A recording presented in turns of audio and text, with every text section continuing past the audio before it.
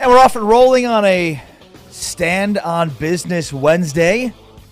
Along with James Westling, I am Ari Temkin. I won't say Beetlejuice 3 times in front of you wearing that shirt. Beetlejuice? Beetlejuice. I don't get it. Oh, you haven't seen the movie, have you?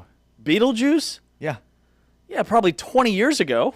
It's a classic movie, and the shirt that Michael Keaton's wearing is the exact shirt you're wearing. He wears this shirt? Well, it's black, not gray, but it's the same pattern. Got it. Flannel? Yeah. Checkered? Checkered flannel. Maybe not a pocket. What's the deal with keeping it open? I feel like you're trying to look like you're in your 20s despite being in your 40s. Well, I can assure you it's a comfort thing for me.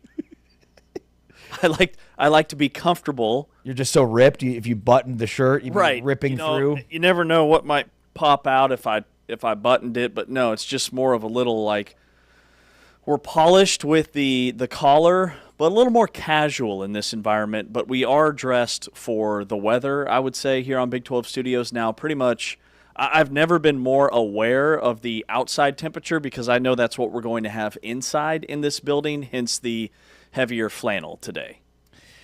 I just noticed you referred to yourself as we. Yeah, I mean, by we, I mean me and you. Got it. Because I know you do the same thing. Yeah. But, okay, never mind. You were just talking about yourself and the clothes you were wearing. You and I are one. Synergy, connected, chemistry. Although I must say, today, I'm glad you wore your Navy because we're talking a lot about Notre Dame and that mess. So you're clearly team Notre Dame. Clearly. But also, after the show today, Ari is doing this super secret, behind closed doors, taping of another show right here in this facility. Somebody's going to be sitting in my seat, and I have thoughts. Okay. I have thoughts about it. Is this your new favorite co-host? What if they're funnier than me? Like, a lot of things are running through my brain. Short answer, yes. Short answer, yes. Okay. New favorite co-host, definitely funnier, chemistry sky high, and I'm now 1B. Yeah. Maybe 2. 2A. 2 or 3. Am I going to get to meet this individual? No. In fact, we're going to need you to get out of here. Slip me out the back door. Quickly Slip as possible. them in. Yes, I know. I don't even want them to know that I do another show before this. I want to make sure that nothing, I have to reset this whole, we have tape on the floor now. I've got to reset the deck and put up a whole new setup. This is a whole thing. Yeah. Yeah, I figured you've got cool friends in a second, third, fourth job. Why shouldn't I? Well, I don't bring them into the studio and have them sit in your seat. I'm very put off by it. It's a Stand on Business Wednesday. It's a Stand on Business Wednesday, and I will stand on my business. You are standing on today. business. What does it mean to stand on business? I don't know. Did you come up with this? No. Oh, you didn't? No. I thought you had stand on business. Maybe I did. So I was going to ask you, stand on business. What is the definition? It means just doing the damn thing. I thought maybe that was something cool and trendy that the kids were saying. It was like the new 6'7", we're standing on business. It is. I don't know if it's cool and trendy as 6'7" is, but it's cool and trendy. Yeah, there's not. It's kind of like your shirt wearing it unbuttoned. I don't get it, but it's just what the kids are doing. What do you mean you don't get it? What do you not get? It's a little more free flowing. It's open. Well, it's not a jacket. It's a shirt. It's weird to wear it unbuttoned. I don't think so. It screams casual comfort. It screams you're not standing on business. Casual comfort and coolness. It screams you're not standing on business is what it screams. Okay. Doesn't it? I stand on business. Stand on business is a slang phrase meaning to be about your actions, not just words. It signifies taking responsibility, following through on commitments, setting and enforcing personal boundaries, which I've done very clearly here because I don't want this homeboy in my seat, and then handling your obligations with integrity and focus. Yeah, that does not seem to represent us. I was going to say more so what like the modern generation is about, which makes me sound really old. Yeah, they're not about that. Yeah, no. Us old-timers, us millennials, we're standing on business. There are viral videos going around right now on TikTok about what it was like to live and be a millennial in 2012. Like, the photos are all grainy. What does that even mean? Like, it wasn't that long ago. Like, chill. What does that even mean? It's like 80s-style video camera filters. Wow. Yeah, that's what it was like. 2012. I can tell you what it was not like. Going on Snapchat and applying filters to your videos. That was definitely not something you did in 2012. Mouse ears and cat whiskers. Maybe they should do like a 50s. What was it like to be a kid in the 50s? Like that would be something to be wild. Get your Snapchat filter to go black and white. 2012 was 13 years ago. Do you remember how much were you on your phone in 2012? Because that seems to be the big takeaway, is that we had iPhones. iPhones were very much, I don't know what 2012 would have been, like probably iPhone 4, something like that, iPhone 5. Is when 08 was when they came out, basically. So maybe iPhone 6 by then? Sure, who knows? I don't know. But in 2012, general consensus is like people weren't as glued to their phones. They were new and exciting, but now everywhere you go, you're at the airport, you're in any public setting, and people are just locked into these devices. And back then, it wasn't as much of a thing. It's one of those things, too, where, like, it slowly moves over time. But, like, so when you get so far down the road, you're like, wow, it's crazy. Because, like, first you pick it up, and it's like, well, I got to check this and that and the other. And then, and then next thing you know, you're constantly looking at it. And I mean, it's like, something that like slowly builds where like it doesn't appear like it's that much more activity in like a few days or a few weeks. But then over the course of a few years, you're like, whoa, yeah, that's significant. How much more I'm on my phone.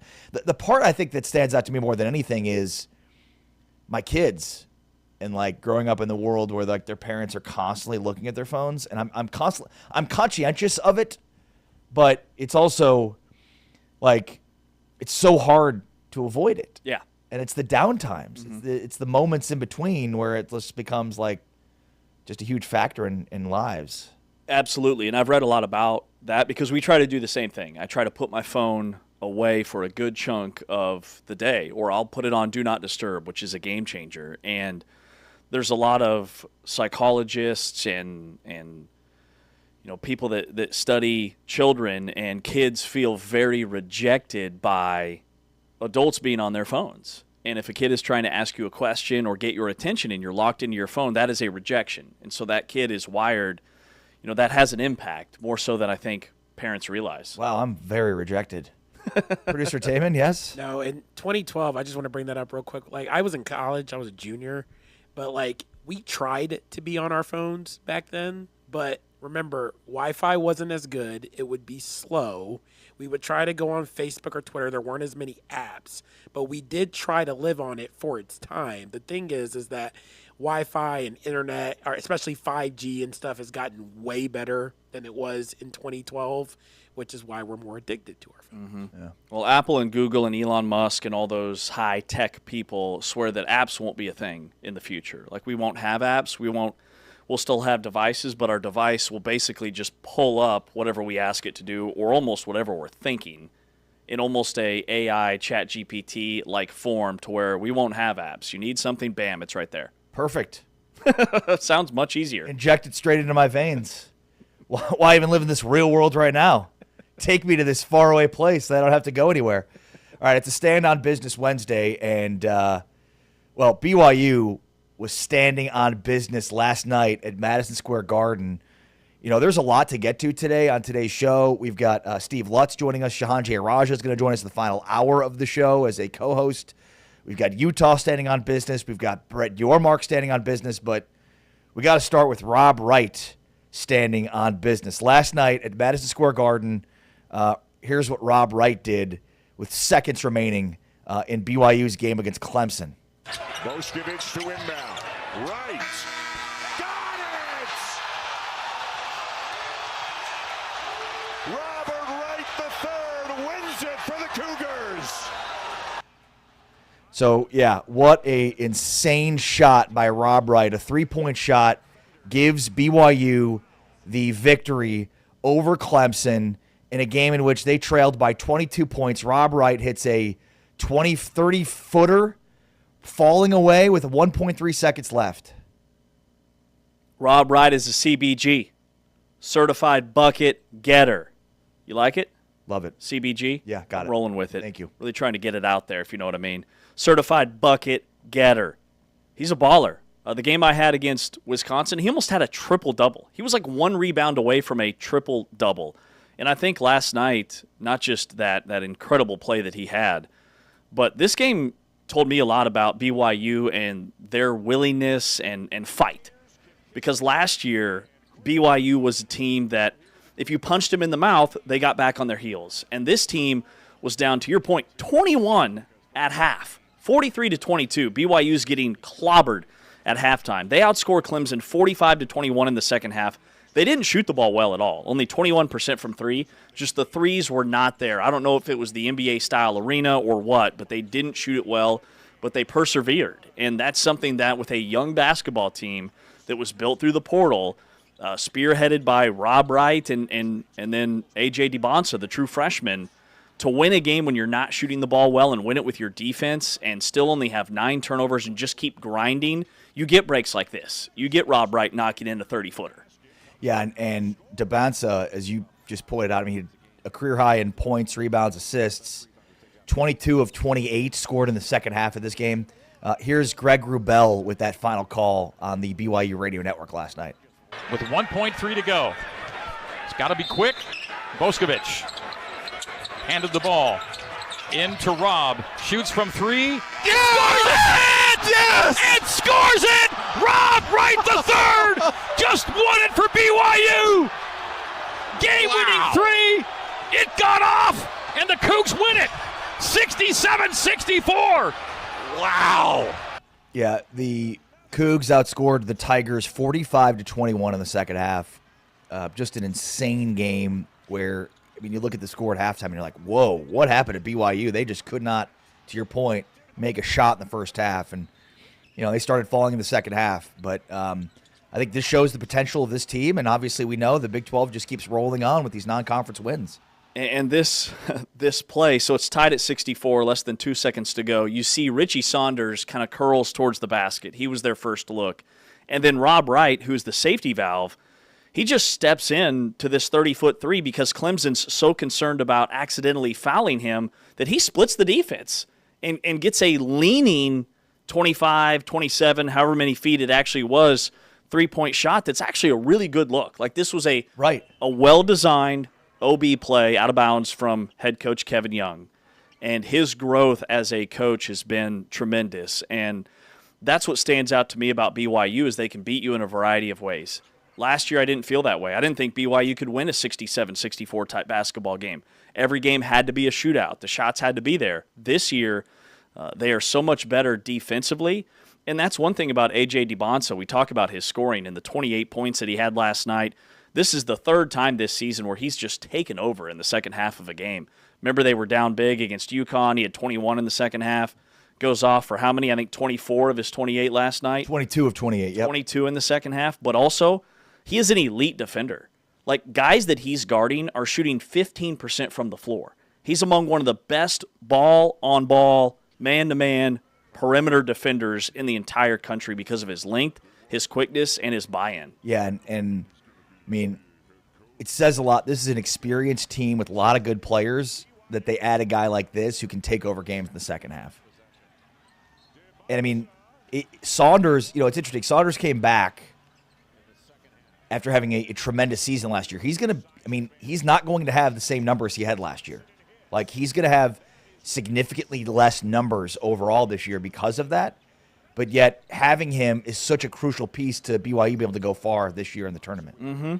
I mean, I'm looking at their points per game right now, and Richie Saunders is averaging 11.2. Yeah. Okay, last year he was around 18. But he still has, I can take over a game when I have to, type of talent. Well, and in a tournament we've seen, in the NCAA tournament in the past, we've seen where these stud true freshmen just get iced out. And the teams that have those guys don't have a Richie Saunders. So if you're Richie, you gotta stay fresh and stay ready to go and be the guy that can still drop 20 because there's going to become games, especially when you get into the tournament, where they're going to ice out a guy like DeBonsa, and he's got to be ready to go to take over because that's the difference between this team and some of the other teams that are overly reliant on these stud freshmen. Totally. In their game against Wisconsin, we saw that. A.J. DeBonsa had to sit almost the entire second half. He was in foul trouble. He had 4 fouls with like 18 minutes to go. He picked up his fourth early in the second half, and they sat him all the way down to like the 7-minute mark, and BYU still outscored a top 25 Wisconsin team when he was on the bench because Richie Saunders went off and had almost 30 in that game. And he's still shooting the ball at a high clip. He's 48% from the floor. He's 38% from three. That's a little bit down from how he shot the ball last year. My point is those numbers will get better, and he will start to score at a higher clip. And I apologize. I said he was at 11.2. That was in the last 5 games. He's averaging 17 for the season. Okay, got it. Richie is. But also Rob Wright's growth, like his growth, not just because of this shot that he made last night, but Kevin Young, the BYU coach, told us at Media Days, when they recruited him, they said, hey, you can be a 50, 40, 90 top type guy. That's 50% from the floor, 40% from three, 90% from the line because of his shot selection. And Kevin Young said when they scouted him, they didn't feel like his shot selection was very good at Baylor. At BYU, all right, he's shooting 45% from downtown. I mean, it is the biggest uptick in three-point shooting in this conference. And he's made 17 threes. He's shooting almost 50% from the floor. He's just about there on all those benchmarks that Kevin Young sat for him. And we've seen an uptick in his scoring, his passing, and just he is maybe, I mean, there are some really good point guards in this league, but he's up there. Yeah, there's no doubt about it. I mean, he was last year, and another year of experience with the team around him that they have. It's fun to watch. All right, so BYU standing on business. How about Utah standing on business? Utah is reportedly entering a private equity agreement with a private equity firm, Otro. Otro is already in on sports with Alpine F1 and a part of the Jacksonville Jaguars. The specifics of the deal include basically a minority stake in Utah Brands and Entertainment LLC. So Utah spins off their athletics program into a new for-profit entity that'll be owned by the university, a private equity firm, Otro, and select donors. Otro invests $500 million in a capital infusion, and that will be obviously immediately available, plus operational expertise. There are certainly some negatives, as we've heard throughout, about private equity, getting in the building. But I see a lot of positives in this deal too, James.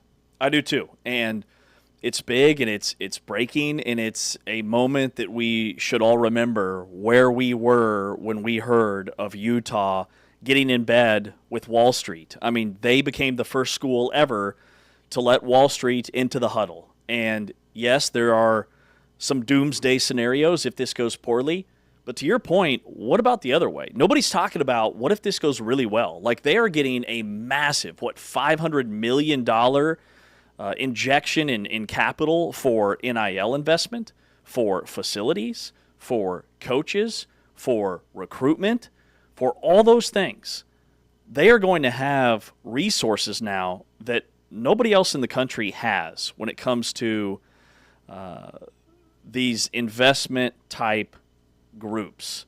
And Utah was a program that was probably towards the middle of the Big 12, I would say, in terms of NIL and what they had to work with. We have talked about Salt Lake City being a growing hub when it comes to the tech growth in that city. So this is a move that, if it works out, like, Utah may have just found the last piece to become a major player when it comes to nationality and being a major brand. Like, brand awareness, they are going to have the dollars that nobody else has. And I see them kind of following a similar path, albeit in a different way, as Texas Tech. Texas Tech, very much in bed with Cody Campbell. They trust in his vision and his obviously financial backing. And now something tells me Utah's done their homework and they trust these guys. There's a long-standing relationship, and it's really exciting for Utes fans. Yeah, I mean, and to a degree, it's also, I would imagine, going to become more and more cost-prohibitive to attend Utah events, because that's, I think, when you look at sort of the most glaring negative side of things, is Otro is going to come in here and say, you're not charging enough for tickets, there needs to be more premium experiences, here's how we, zhuzh up the premium experiences in the stadium. There's a lot to break down when it comes to this. This is a groundbreaking deal that has no impact on the Big 12 overall, but certainly has a huge impact on Utah. We'll see what it leads in terms of a domino effect. We'll talk through the positives and negatives of that coming up on a Stand on Business Wednesday. But let's get into the power rankings next. It is a power ranking Wednesday as we stand on business on this Wednesday with James Westlake. I'm Ari Tepkin. We are presented by Modelo, and we are going to be power ranking the top 5 Big 12 basketball teams next. This is Big 12 Today on Big 12 Radio, heard on TuneIn and watched on Big 12 Studios.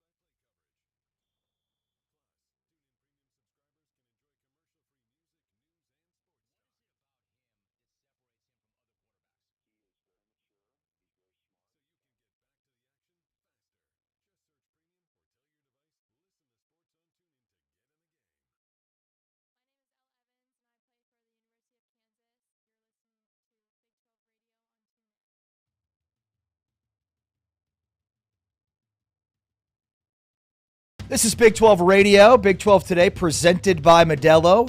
Heard on TuneIn and watched on Big 12 Studios. Thanks for checking us out today and every day here in your home for the Big 12 Conference. Tune in.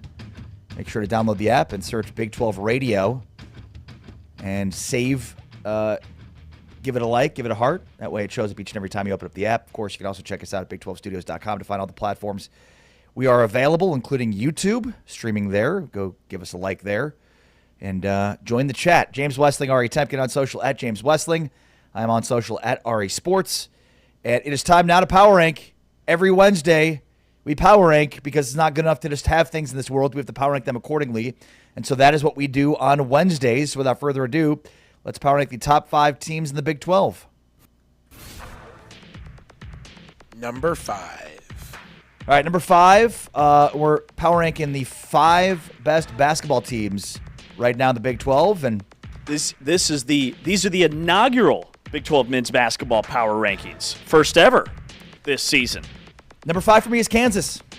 My 7-3 Jayhawks cracked the top 5, and I think it's important to add context here. They may not have one of the top 5 records in the Big 12, but I mean, neutral site wins over Notre Dame, Syracuse, and Tennessee.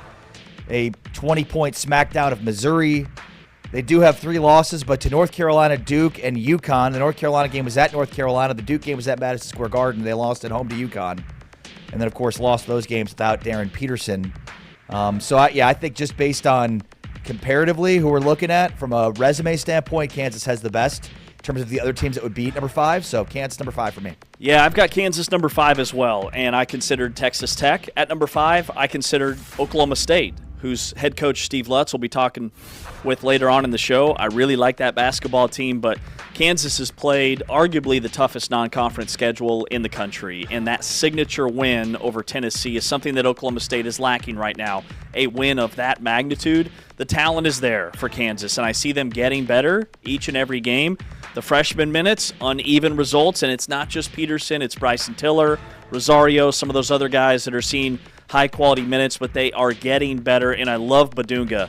I don't think that he's getting the attention he deserves in terms of his growth from last year to this year. He is a force on the interior. Number 4. Number 4 for me is the team we just talked about, BYU, the Cougs, now 8-1 with wins over Villanova, Wisconsin, Miami, Dayton, and Clemson, including that incredible win last night against Clemson. They do have the 2-point neutral site loss to UConn and Boston, neutral site, quote-unquote. But, they're number 8 in the net. By the way, Kansas at 7-3 is 18 in the net, which shows you the strength of how they play, the strength of their schedule. But, they're scoring 82 points a game along just 66, so plus 16 in their points scoring margin. BYU, number 4. Something tells me we are going to have the exact same top 5. I also have BYU at number 4. I think they're capable of cracking the top 3. A.J. DiBonsa is as good as advertised. I mean, he is, I think, the number 1 pick in the NBA draft. I wouldn't pass on him, but also the improvement of Rob Wright, just their connectivity on both ends of the floor, that volume shooting, the way they move the basketball. When they're hot, they are unbeatable because they are that much better this season defensively. And they've got some really underrated dudes on the interior in Keba Keita. And then Dominique Diamande and Kadeem Boop. 2 post guys that come off the bench. What's that? Boop. Hadim Boop comes off the bench. B-O-O-P.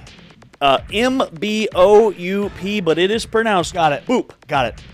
Boop is a baller off the bench. High energy guy. Trust me, you're going to love this kid. Boop. Boop. Boop.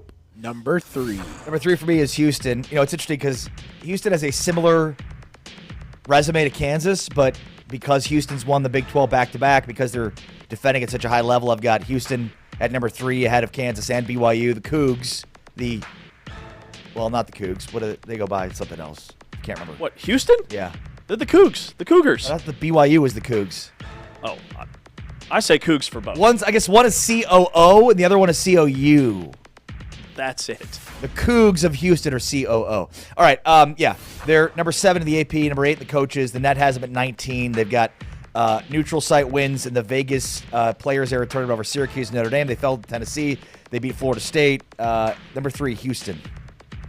Okay, so we do have a different power rankings because this is where I have Iowa State. I know Iowa State's 9-0. They just boat raced Purdue. All the analytics love Iowa State. What are you, the committee? Number to the 2 in resume the even country matter? in defensive rating, number 6 in offensive rating. They've got a 1-point win against St. John's. I love this Iowa State team, and I do think that they are undervalued. I think my top 3 in the Big 12 power rankings, I think, are 3 of the top 4 best teams in all of college basketball right now. I think the league is that strong. Momcilovic, Jefferson, Lipsy. My only concern with Iowa State is, are they asking this freshman, Killian Torrey, to be, he's one of their main guys. He's their 3rd leading scorer on this Iowa State team. Are they asking too much of this true freshman? But I love this Iowa State team and their depth. Number 2. Yeah, that's where I have Iowa State. Correct me if I'm wrong, James. Iowa State has not lost yet. They haven't. And Houston has. Or has Oklahoma State. Where are they? It's a little bit different. Did Oklahoma State beat Purdue? At West Lafayette by 20? Balderdash. Yeah, I mean, easily the most impressive win of the college basketball season so far. I mean, Michigan is just boat racing teams, but Iowa State, they have the number 3 net. It's the highest for any Big 12 team. They're 9-0. Yeah, they're plus 31.5 in their scoring margin. They're scoring 96.6 points per game and allowing just 65. 31.5. Insane margin of victory. Iowa State number 2. Clearly. Okay. I don't even think it's close. Okay. Not even. No, it's not. I've got Houston at number 2. The only thing that's keeping Houston from being undefeated is foul trouble, which JoJo Tugler, the reigning Big 12 Defensive Player of the Year, has struggled with, and he fouled out in that loss against Tennessee. But they have 2 point guards on the floor at all times with Milo Zuzan and Kingston Flemings.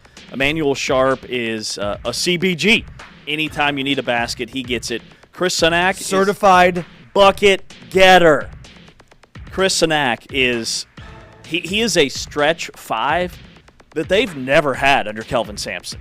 Like their 4s and 5s are usually more Jawan Roberts built, where they score around the rim. Sunak can step out and knock down 17, 18-footers with consistency. So they've got weapons that I don't think they've had, and I think this team is I've got them number 2 and a legitimate national championship contender. Number 1. Number 1, clearly the Arizona Wildcats, undefeated, clean sheet. They just come off a demolition job of number 20 Auburn, 97-68, in which they outscored Auburn 60-24 in the paint, and Auburn only scored 68 points total. So Auburn had 68 points, and Arizona had 60 points in the paint. They also have wins over UConn and Florida. By the way, Florida lost to UConn last night. They're 5-4. Florida's had a gauntlet of a schedule so far. They just haven't won any of their tough games.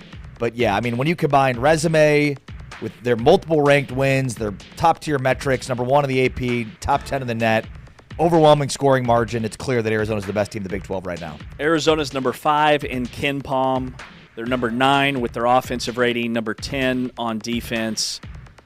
They've got a top 30 luck rating, which means they've gotten some bounces. But with that said, you can't look past their resume. I know the Florida win isn't as impressive.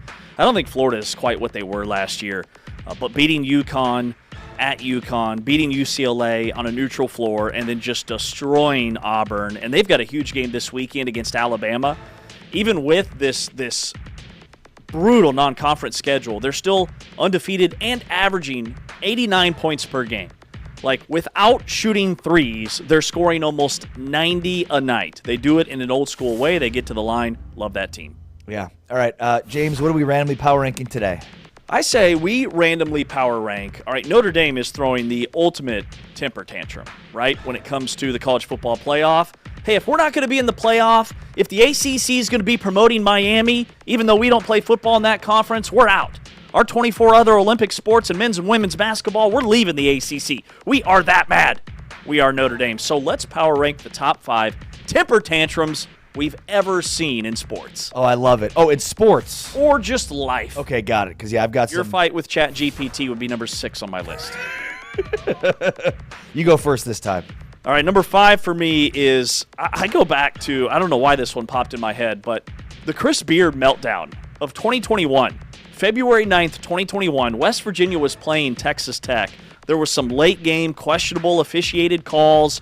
There was a dispute. He ends up mocking the refs, charges out onto the floor, actually lays down around the foul line area, kicking and screaming, full ejection. The crowd loved it, and it gave us a viral clip that Chris Beard meltdown search will always be there. The Chris Beard meltdown. He had plenty, but that one stood out when he's actually laying on the floor trying to show the ref where the defender was on a block charge call. Yeah, love that. Good one. Number 5 for me is when Kanye West interrupted Taylor Swift at the 2009 VMAs, because I think it was like the first idea we got that Kanye was absolutely bat bleep crazy.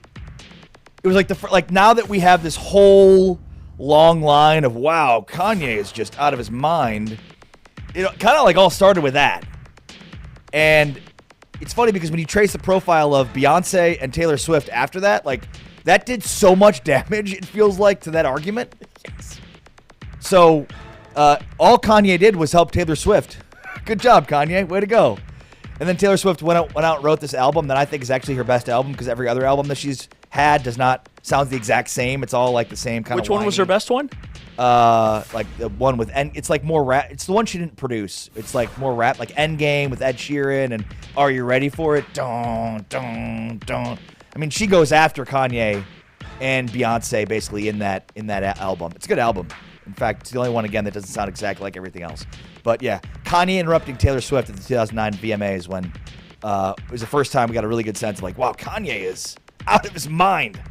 This guy fame has gone to his head. All right, I went sports, you went pop culture, which means this is going to be amazing. Okay, number 4 for me is Malice at the Palace, November 19th, 2004. Classic. Full scan, fan versus player brawl.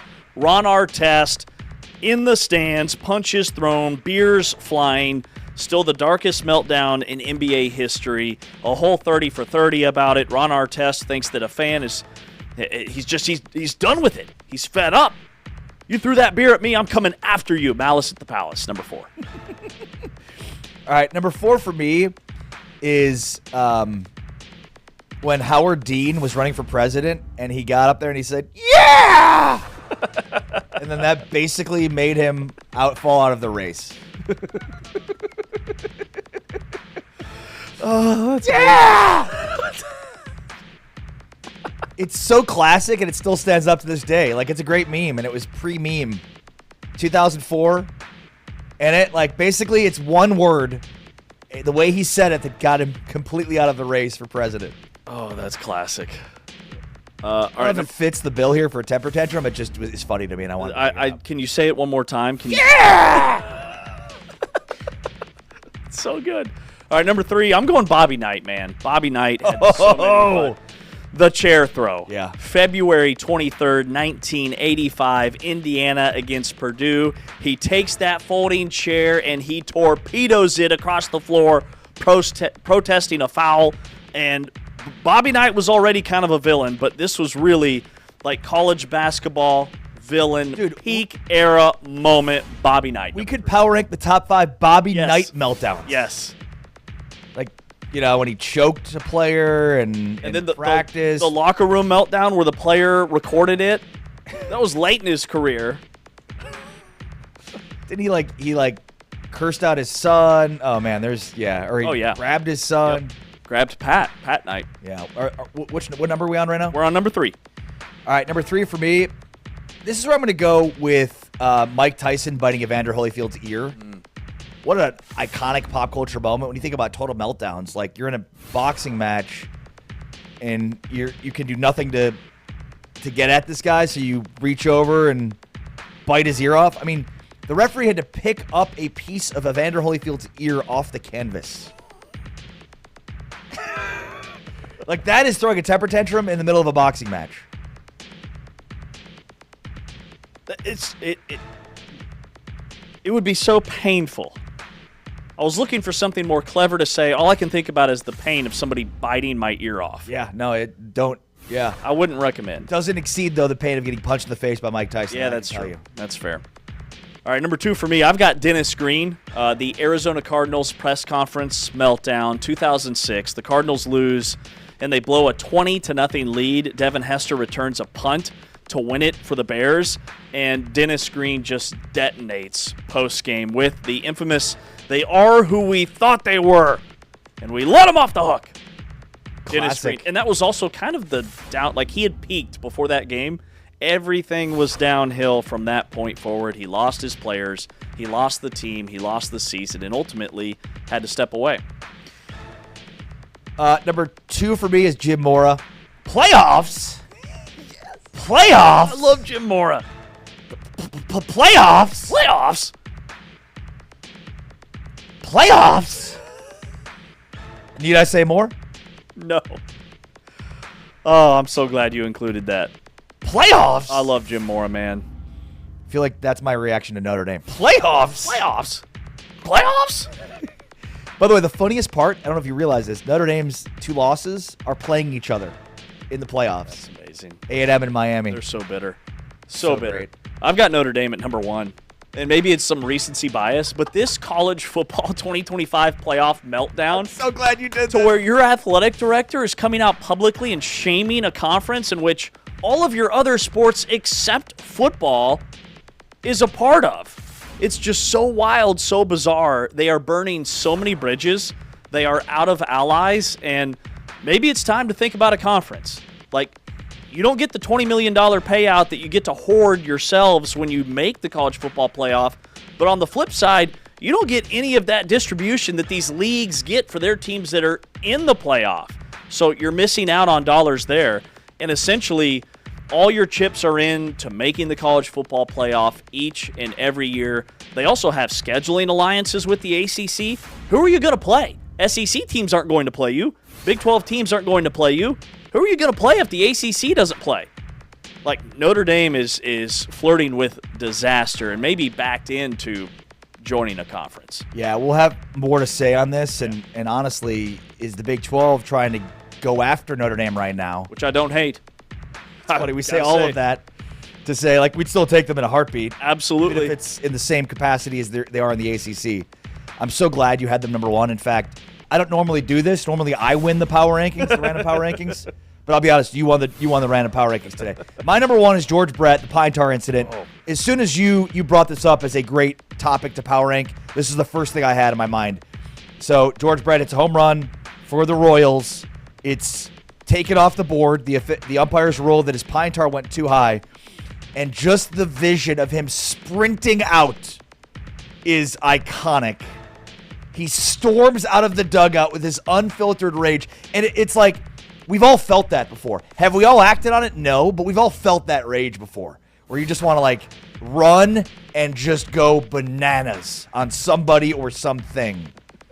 So, yeah, you won this power rankings, but I don't do that often. You know that. 42 years ago, the George Brett incident, and just some of the stills, the screenshots of his face, unfiltered rage. Unfiltered rage. Unhinged rage. All right, that's a power ranking Wednesday as we stand on business on this Wednesday. Utah standing on business with their agreement. Kenny Dillingham standing on business. We'll get into what he had to say about the current state of college athletics, which is something you don't really hear from Kenny very often. On the way next, though, let's talk a little Notre Dame and big picture. That's next with James Wesley. I'm Ari Tepkin. This is Big 12 Today on Big 12 Radio, presented by Modelo. Heard on TuneIn and watched on Big 12 Studios.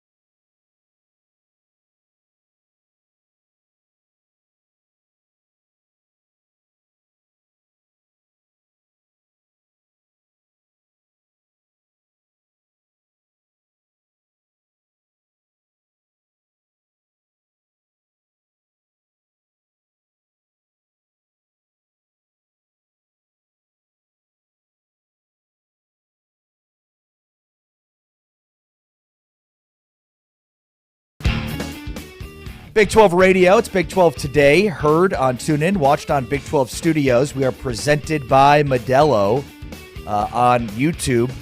Just search Big 12 Conference. You can find us there live each and every day as part of Big 12 Studios. C. Anthony says, Will Smith's slap is my number one, LOL. And that's a great call. Will Smith's slap Oh, yeah. of Chris Rock at the Oscars. I don't know how that one did not make my top 5. Great call. I totally forgot about that one. That's a great call. Was it staged or was it not? It was not staged. You No. think all the conspiracy theories have been put to rest? I mean, just the face of Chris Rock, like the shock. No way it was staged. No way. No way. Okay. You know I'm a conspiracy theorist. Are you? Oh, totally. Love a good conspiracy theory. However, I do think you're right. Yeah. I don't think it was staged. Where has Will Smith been, by the way, since that incident? Hiding. Like, he's not doing anything. I mean, I wonder if it's blown over yet. Has he been in a movie since? No, he hasn't been in a movie. Now, I know that he's doing a lot more film producing. He's the producer of a show that we're watching right now, whose name escapes me. But no, he's not been on screen at all. By the way, you recommended Pluribus. I started that. It's horrible. My wife feels the same way. I'm like, we've got to keep going. I barely made it through the first episode. We It's like, have to this see is what's going on. awful. It's a little bit out there. It's Vince Gilligan who wrote and is the mastermind behind Breaking Bad, and it had like a 9.0 out of 10 on IMDb, but it has plummeted in terms of the ratings. The first episode was A lot like, of people feel that way. what's happening? I have no idea what's happening. This is so bizarre. It was bad. We're really into so Slow bad. Horses right now on Apple TV. Action thriller. It's a banger. All time. You guys watch a lot of TV. We get an episode a night I in. wonder if you only watch as much sports as you watch TV. You might... Not a full-time fan. James is not powered by Modelo, the full-time fan. Oh, we watch an episode a night, bro. Chill. Just chill out. All right? All right, so he has been in movies. We're being reminded. Emancipation, Bad Boys, Bel Air. That's what Post slap. Was there a new Bad Boys that came out? What are they on? 7? 4. And then they 4? did a new Bel Air, Fresh Prince of Bel Air. It's a drama, not the comedy. Yeah, It's just called Bel Air. It's a TV show. Will Smith is on that? I don't know if he's on it. I think he might have helped produce it. Yeah, he's I don't- producing a ton of stuff. He's just not on screen anymore. Wait, he's in a show called Bel Air that has nothing to do with, or is it like a spinoff? It's just like a rebirth. It's like the original show. It's just not a comedy. It's a drama. You know who loves that show? King McClure. He is a huge fan of Bel Air. Okay. I had to read a Bel Air promo for NBC when I was on the air this weekend. I didn't know there was a Bel Air. King Yeah. said, man, it's a really good show. He was All like, right. then he just went in this hole. He loves Bel Air. All right, there you go. Okay, so if you've been paying attention, you've noticed that Notre Dame is not going quietly into the night with being left out of the college football playoff. Last year, it was Alabama that people thought was so egregious as an omission. Despite BYU having a really good case, nobody seemed to worry too much about that. I mean, BYU literally, in the same way that Miami had a head-to-head win over Notre Dame, BYU literally had a head-to-head win over SMU, but SMU got in, BYU didn't. I digress. So Pete Bavacqua, the athletic director at Notre Dame, went on a media tour over this last week. He's been basically on all of the shows, including speaking out at his own press conference. But here is what he said on the Dan Patrick Show, which he went on first. Again, I have tremendous respect for Miami. You know, great team, great school. Their athletic director, Dan Radakovich, is a good friend. And all the teams in the ACC, great, wonderful universities. We have no gripes about any of the schools in the ACC. But we were mystified by the actions of the conference to attack, their biggest really business partner in football and a member of their conference in 24 of our other sports. And I would tell you, Dan, I wouldn't be honest with you if I didn't say that they have certainly done permanent damage to the relationship between the conference and Notre Dame. What do you mean? Just we didn't appreciate the fact that we were singled out repeatedly and compared to Miami. Not by Miami. Miami has every right to do that. But it raised a lot of eyebrows here that the conference was taking shots at us. And, that's just not something we chose to do. We wouldn't choose to do that in the future, and people might disagree with us, but that's just not something that we'd be comfortable with. And again, we have no problem with any of these teams. These are all great teams. You look at those teams, Miami, like I said, great season. They beat us. You think about Alabama, nobody's had more success in college football over the last decade than Alabama. But Dan, you follow this sport so closely. Everybody was saying that we were one of a handful of teams that could win this whole thing. Yeah. And now we have 0% chance. Even Nick Saban, nobody knows more about college football maybe in the history of the world than Nick Saban.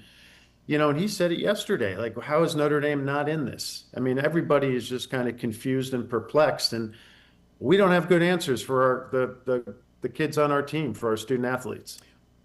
Well, the good answer would be because 5 teams are getting in automatic bids, and that includes 2 Group of 5 programs that many people feel like probably shouldn't be in there, at least not both of them. Some interesting comments here by Pete Bavacqua. Obviously, what stands out is his comments against the ACC, right? They have that partnership with the ACC. Notre Dame is in the ACC for every sport but football. And then in football, they have 5 games a year with ACC schools. And that's a shot across the bow at the ACC conference. And it's really interesting when you unpack it, because it's like, what are they supposed to do? Of course they're going to go to bat for Miami. Every an appearance for a conference institution means cash, millions of dollars.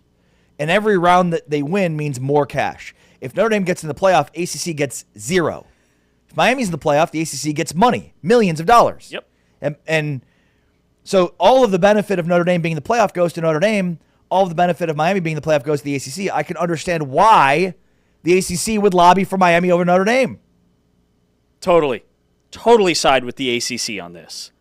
And by the way, the YouTube chat brought up a tantrum. We just got an email at Big12Today@tunein.com. Mike Gundy's "I'm a Man, I'm 40." Yeah, good one. Was a great temper tantrum. There are so many out there in sports. I'm sure every fan remembers a temper tantrum from their particular school, so keep them coming. Big12Today@tunein.com. Yeah, the idea that the Notre Dame AD, you talk about privilege, and he would go on to say during his tour that they felt like the ACC was supposed to be a partner because all of their other sports are in the ACC. Well, you're not in the ACC for football. So to your point, the ACC is doing what's best for the ACC, which is to push for Miami. And he's talking about a facts-only comparative graphic. The ACC network replayed the Notre Dame-Miami game repeatedly leading up to the selection weekend. And Jim Phillips, the ACC commissioner, said, hey, we stand behind our efforts to support and advocate for all 17 of our football-playing member institutions. Here's Notre Dame is not a football member. They are outside of that core. Here's what Brett Yormark said at the Sports Business Journal in Vegas. I will say this, and I'm a little outspoken about it. I don't like how Notre Dame's reacted to it. So okay, I think Pete's his behavior has been egregious. It's been egregious going after Jim Phillips when they saved Notre Dame during COVID. We all knew, and it was very transparent. Hunter was very transparent about it, the chair, that as Notre Dame and Miami got closer together, head-to-head would be a factor. Okay, BYU lost. They became closer together, head-to-head, and made a difference in that decision. So I think he is totally out of bounds in his approach, and if he was in the room, I'd tell him the same thing. All right, so there's Yormark with some pointed comments at Pete Bavacqua. Now, look, if Notre Dame is truly looking to get out of this partnership with the ACC, which they absolutely can, the Big 12 would be a perfect landing spot. First of all, the Big 12 is better at football right now than the ACC. Mm-hmm. The Big 12 would also offer the same sweetheart deal that the ACC offers, which is all of the benefits of being in a conference without having to join a conference. The Big 10 and the SEC, at least from their most recent talks, would not entertain that. Now, maybe Notre Dame's ready to fully join the conference in the Big 10, and that's what they do. But, James, I mean, I wouldn't be shocked if Notre Dame used this to pivot away from the ACC, who, by the way, may not exist in the next 10 years, probably most likely won't, based on the disdain that Clemson and Florida State have for the conference in the next 10 years. Yeah, Notre Dame's not going to the ACC. When the ACC implodes, the Big 12 is going to swoop in and grab a good chunk of that conference, and that could include Notre Dame. I see a tremendous advantage for Notre Dame to the Big 12. Number one, they've burned the ACC bridge. Number two, you step into the Big 12 and you enter as an instant alpha alongside Texas Tech. You enter as being the top brand, whereas in the SEC or the Big Ten, you're kind of muddied and grouped together with some of the others, like an Ohio State and a Michigan or a Texas and the SEC teams, which I don't think that's even a possibility. But Notre Dame could be in some trouble in terms of their schedule, and I love that Commissioner Yormark added some context to all of this by saying the ACC saved Notre Dame during COVID when the scheduling alliance was made because Notre Dame couldn't put together a football schedule. They were unable to find opponents to play them. And so the ACC stepped in and absorbed Notre Dame on the football side so that they could play a season. And Notre Dame might find themselves in a position where they need some allies, and it's not Notre Dame against everybody. And if they join this league, it would be us. Well, and the ultimate point here is, as leagues expand to 9 conference games, it's going to be harder and harder for Notre Dame to schedule.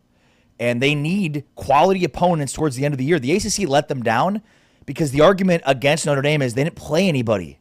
And if they had some Big 12 games late in the season this year, a Texas Tech, a BYU, an Arizona State, whatever, in Arizona, Yep. they might have had a better standing in the CFP race, and certainly that would have helped the Big 12 too. So we'll see, because it's going to become harder and harder for them to schedule more competent games in November, which they sorely need without an alliance with some sort of conference like the ACC or the Big 12. And right now, the Big 12 is the better football conference. That's James Wesley. I am Ari Tepkin. This is Big 12 Today, presented by Modelo. Rachel Galligan, our Big 12 women's basketball insider, joins us next. This is Big 12 Today, presented by Modelo, heard on TuneIn and watched on Big 12 Studios.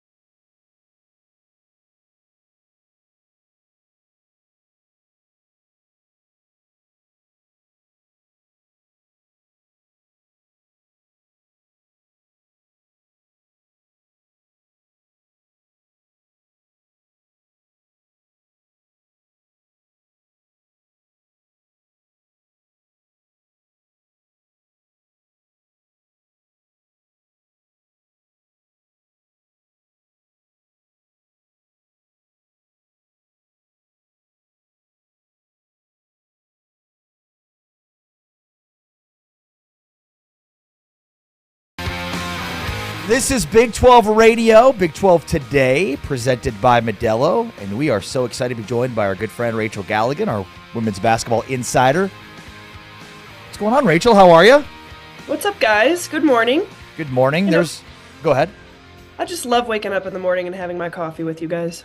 We love it too. It's been too long, so it's great to revisit with you as things got hot and heavy with football. James Westling, Ari Temkin, and Rachel Galligan joining us here on Big 12 Radio. All right, I mean, James mentioned it during the break, but, I mean, just kind of give us a summary surprises so far. Texas Tech, we knew this was a big year for Texas Tech, and so far they've been up to the task. Yeah, I mean, I think the best way to describe Texas Tech is, going into this season, they talked about the sense of urgency. They're one of the oldest teams in the country. Honestly, TCU and Texas Tech are two of the oldest teams in Power Four. So they have the seniors, they have the veteran presence. They went and got some experience in the portal, and so the entire theme is about kind of going out with a bang with these seniors, and they've set the tone. I mean, they're 10-0 on the season. They're ranked in points per game in the country, scoring defense in the country. They've got some really good additions, and Jalen Bristow, who has made one of the third largest jump from one year to the next in terms of her production. She's been really good. And I just think you have a team that they had a chance to play together this summer at the FISU World University Games in Germany. And I think that experience really just kick-started I don't know what it is, the chemistry or just the comfortability that this team has. And I think Krista Gerlich has a great staff in place this year, and everybody's really on the same page. And I mean, they haven't exactly had that, premier ranked win or anything, but they have taken care of business, and they're doing it consistently, beating Arkansas, beating SMU, beating a really good Mississippi State team. And so they definitely have my attention. I mean, they're getting votes in the AP top 25. And they're currently 25th in the net. So they're really towing that line of just being kind of right there, of ranked in one of those top teams. But I think, clearly the big test will be when we get into Big 12 play. When you look at the other teams that are undefeated in the Big 12, like TCU, we knew they were going to reload and retool. Iowa State's been fantastic. Arizona State is 11-0 under first-year head coach Molly Miller. Like this group of undefeated teams, what's been the biggest surprise, or what are some of the headlines around these programs? Well, I mean, I'm sure we'll talk about TCU. We can talk about Iowa State. But I definitely want to give a little love to Arizona State and Molly Miller, off to the best start in program history, which, thinking about the history there at Arizona State's really impressive. Now, you might look at their schedule and say, okay, they're beating, McNeese, SEMO, a really good win against a UNLV. I don't know if you guys saw that last second shot that she was like falling out of bounds, and like she turned and she just heaves it in the air. And it goes in as a buzzer beater. If you haven't had a chance to see that shot, that was unbelievable. To win that game, yeah, that was like, I think, SportsCenter top 1 or 2. And then honestly, last night kind of got my attention because, of course, you look at the scheduling and a lot of these Power 4 non-conference preseason type stuff, and it's like, okay, what's the strength of schedule? Now, last night they go to Penn State and they beat them 74-60 on their floor. That really kind of got my attention to take care of a Big Ten opponent at home. And I mean, I guess I should say, are we surprised? Not really. I mean, Molly Miller clearly wins everywhere she's been, but we all know realistically they're going to be tested. That this isn't going to be, they're going to go undefeated this season. But she's done a phenomenal job just laying the foundation of a culture and just how hard they play on the defensive end of the floor, the hustle plays, the tenacity that they bring. It really mirrors just who she is as a coach, and you can just tell the players just absolutely adore playing for her, and they bring that energy every night. And so definitely an exciting time for Arizona State. All right, Rach, as we get closer and closer to conference play, just give us some other quick hitters about the conference overall. Conference overall, I mean, Oklahoma State, Yeah. They've been really good this year. They've scored 100 points 5 times this season. That's the second most in Division I. They are one of 2 teams that got 7 players averaging double figures. It's Oklahoma State and LSU. Baylor has been really solid. They have one loss on the season that came to Iowa, who will play Iowa State tonight. They obviously started the season out in Paris, beat Duke, so that kind of set the tone. Yesterday, I believe it was. My days are confusing me, but Jana Van Geitenbeek just got her first career triple-double yesterday. Then you have Olivia Miles, who had a triple-double over the weekend for TCU, obviously a superstar. She's got 7 in her career. I just think the star power in the Big 12 this year, and then we haven't even talked about Audie Crooks, the nation's leading scorer, who, has been so dominant and so efficient. I think she had, 30 points in 19 minutes in their last game. Huge game tonight between Iowa and Iowa State. That clearly is such a huge matchup for those teams. And I would say, when it comes to Iowa State, they're another team where it's like, okay, they've taken care of business on their schedule. They beat an Indiana team. They beat a Marquette team, but clearly tonight's going to be a really big test. And they're right next to each other in the AP Top 25. So huge game tonight for the Cyclones. Rachel Galligan is our Big 12 women's basketball insider, and the Bart Torvik ratings have 2 of the top 3 offenses in women's college basketball when it comes to effective field goal percentage in this league. It's Iowa State at number 2 and Oklahoma State at number 3. Like, these teams are shooting the cover off the basketball. So what stands out to you offensively with, I know Crooks at Iowa State, but they seem to be also really well-rounded. And then Oklahoma State, like last year they shot it so well, it's like, what can you do for an encore? And they've been even better. Yeah, I mean, Oklahoma State, it's interesting. I texted one of their assistant coaches. I was like, you guys are putting up video game numbers right now. It's like unbelievable. I think the pace, they've added, Timmer into the portal, who can flat out score the basketball. I mean, who do you guard? Who do you put your best defender on? And then we haven't even talked about Staley Hurd, who is yet to play her best basketball this season. And, she was the face of the program last year in terms of what she did. And so I just think Oklahoma State, they're riding a wave right now of confidence. And I almost feel like they see it as a challenge night in and night out to try to it's not even about necessarily just getting up as many shots. You see that with some programs, but I think they're getting high percentage shot and they're playing with great pace. And I think with Iowa State, I mean, you've got Audie Crooks who's shooting like 67%, 70%, whatever it is in the paint, just ridiculous numbers.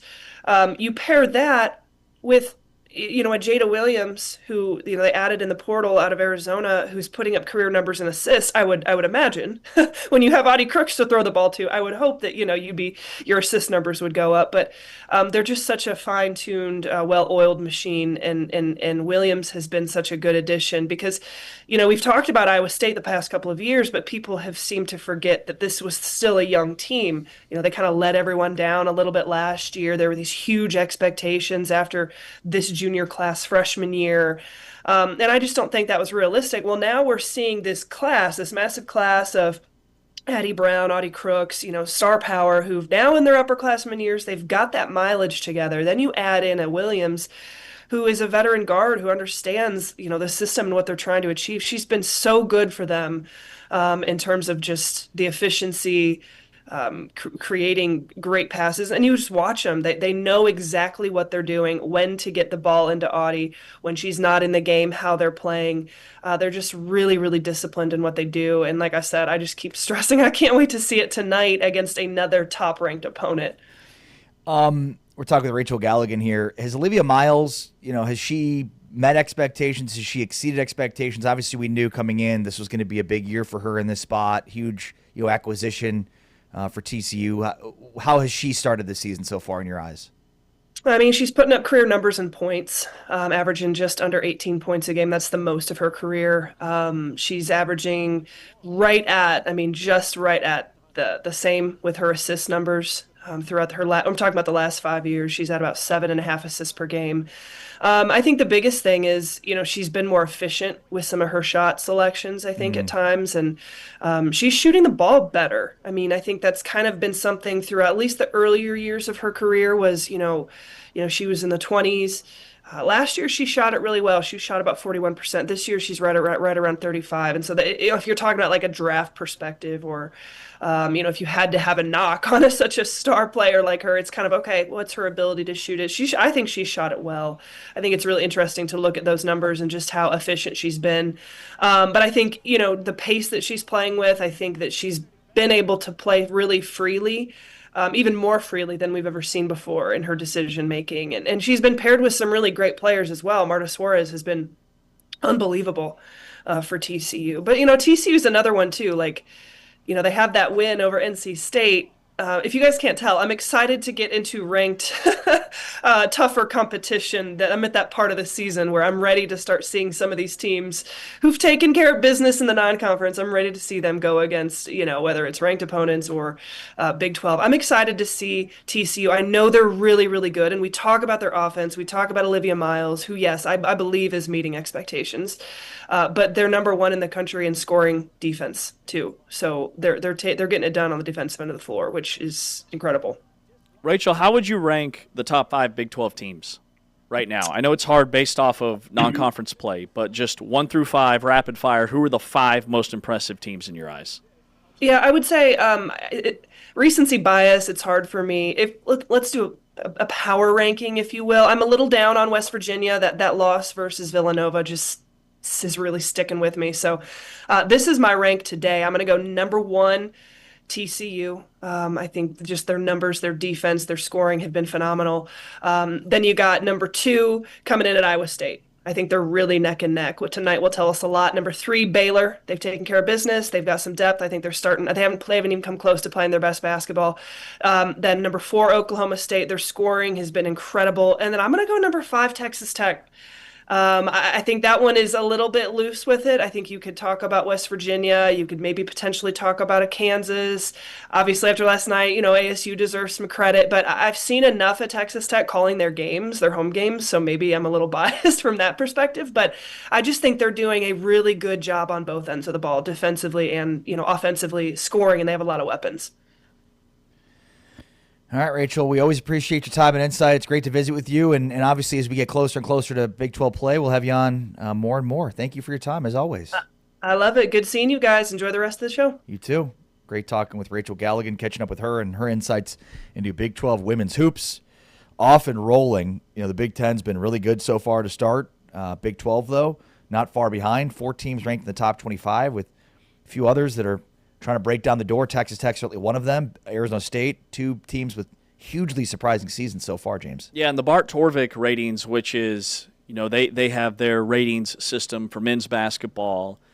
There isn't a KenPom for women's basketball, so this is kind of the KenPom for women's. And there are 5 teams in the top 25, with TCU at 7, Baylor at 20, Iowa State at 21, West Virginia at 22, and Texas Tech is at 25. Like, they look legit. And then Oklahoma State is at 36. And to Rachel's point, let's see what these teams look like in conference play. But these teams that are undefeated, like a Texas Tech, like an Arizona State, I should say, that have maybe played a lighter non-conference schedule, that's intentional. That's to build confidence, to build momentum going into Big 12 play. And then if you're trying to get in the NCAA tournament, you don't need as many signature wins in league play. Like, if Arizona State gets to 500 or close in Big 12 play, they're probably going to be in the NCAA tournament because of what they've done against lesser competition. And I think the idea is you get that confidence that maybe you can knock off a big dog a night or 2 in Big 12 play and have a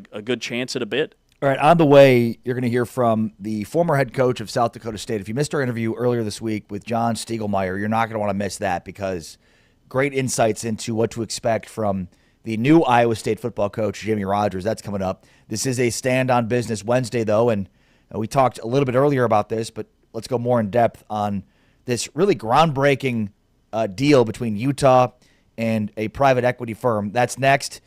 We give you the latest and insights there, both positives and negatives. With James Westling, I'm Ari Tepkin. This is Big 12 Today, presented by Modelo, heard on TuneIn and watched on Big 12 Studios.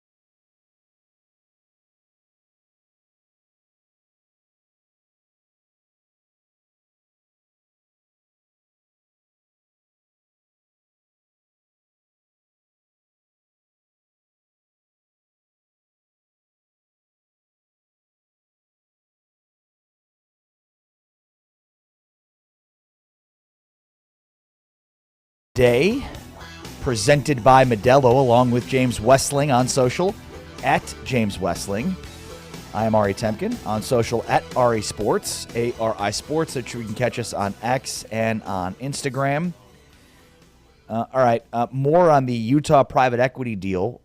Utah has come to terms. The terms must still be finalized, but did receive unanimous approval on Tuesday from the University of Utah's Board of Trustees to move into this private equity deal with Otro. Great job from Matt Baker, Justin Williams, and Stuart Mandel from The Athletic of breaking down the specifics of this deal. So the bullet points here, James. The school starts a new company called Utah Brands and Entertainment, LLC. Utah owns the majority stake in the company. Otro Capital will also own part of it, and they also have some room for some of the major boosters within the program to own a part of it. The new company will handle some things most athletic departments do, like ticketing, events, sponsorships, and NIL. But the big piece here for Utah is getting a company like Otro in on the sponsorship, ticketing, event side. And, it reminds me that when Brett Yormark took over for the Big 12, he referred to some of these revenue opportunities as low-hanging fruit. So from a professional sports standpoint, whether it was by choice or whatever, schools, conferences probably left a lot of revenue on the table relative to what professional sports are doing in terms of revenue and corporate sponsorships and partnerships, et cetera. The Big 12 obviously has updated in that way, and that's, I think, maybe the biggest growth point for Utah is this company Otro comes in and says, you're not, here's all the inventory available in your stadium that's being underutilized. Here's premium seating experiences that can be, higher ticket prices, and on and on and on, well beyond anything that I know or can think of. Well, and the company that used to do this for schools was Learfield, who is the audio, radio rights holder to the majority of the Power 4 schools in the country. But Learfield, under their umbrella, had so much more control than just the audio side. They were the ones that were doing the ticketing and the concessions, signage at stadiums, media rights deals, and finding other revenue streams that now at Utah they're bringing in-house, and they've added a major cook in the kitchen. $500 million is a lot of cash. That is really exciting for Utah fans.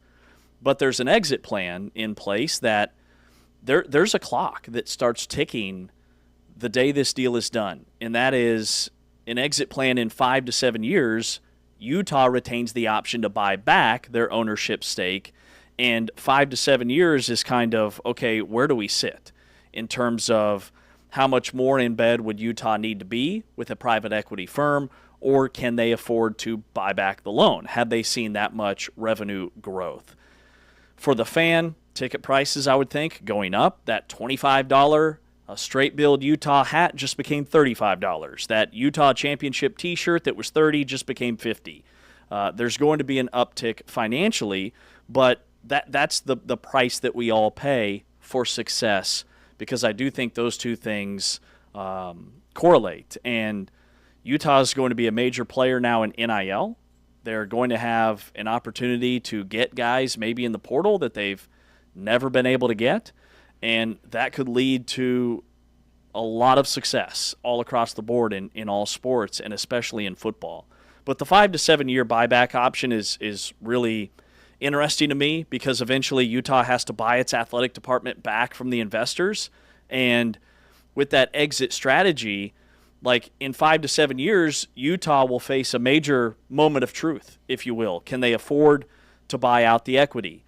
Did the athletic department generate enough new revenue? Or does Utah, like I mentioned earlier, become even more tied to private equity groups and go more and more in debt? And we don't know what they've done so far in 2025, but they operated at a $17 million loss from fiscal year June 23 to June 24. And a lot of that stemmed from the collapse of the Pac-12, and there were a lot of things that won't be an issue moving forward. But Utah wants to be a major player in college athletics, and it felt this was the path to do that. Yeah, and a lot of schools have sort of spun off their athletic departments by creating these LLCs, these business arms, to try to really maximize the commercial interests of these schools, in the same way that the Big 12's done that and other conferences have done that. Utah is just the first to basically, create equity stakes outside of the purview of the university here. Charlie Baker from the NCAA described this as a really good deal. It was approved by the NCAA. It was approved by the Board of Trustees at Utah. And now it looks like it's in its final stages of being totally approved. I think we think of private equity's involvement as like a one-size-fits-all. And I'm not saying that this is, not without risk. And there are some maybe bigger risks involved, as you just kind of outlined, in terms of the growing costs for the consumer.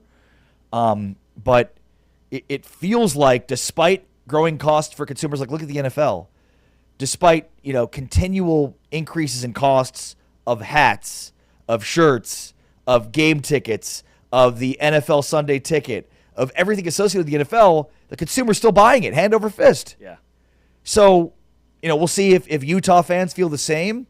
That's obviously what is like first in line here, aside from like really maximizing the corporate sponsorship opportunities. You're probably going to see, again, an increase in ticket prices, premium experiences, or private equity's not in it to lose money or to even make money back. They're in it to make significant money. And that's, I think, why they feel, private equity as a whole, that they want to get into college athletics. We think about college athletics as being a very underutilized resource in terms of revenue, and it has been. Maybe that's by design. Maybe it's finding opportunities for revenue, but not going too far because it's an amateur endeavor, right? Like maybe that's been the reason for why, some of these, again, corporate type settings have not been fully fledged in college athletics. Like it's clear that universities, the conferences, have been leaving money on the table. Maybe that's been by design. Maybe it hasn't been. You're right. I mean, Learfield has sort of controlled, all of these tentacles. And, when Yormark came into the Big 12, it's a great example of it. He's like, what? Why do we not own our own commercial interests? Yeah. And he immediately, removed the deal with Learfield or whoever it was specifically, and created the own Big 12 commercial arm, which has been a overwhelming success. And that's what's leading to all these partnerships we keep reading about, whether it's with Michael Redd's, app, or with the NFL, or any of the other ones that Brett Yormark and his team have been able to come up with for the Big 12. So in a sense, what private equity is going to come to do for Utah is kind of what Brett Yormark has done for the Big 12. Brett Yormark, in a sense, is the private equity arm of the Big 12, just based on some of the decisions and partnerships that he's brought in.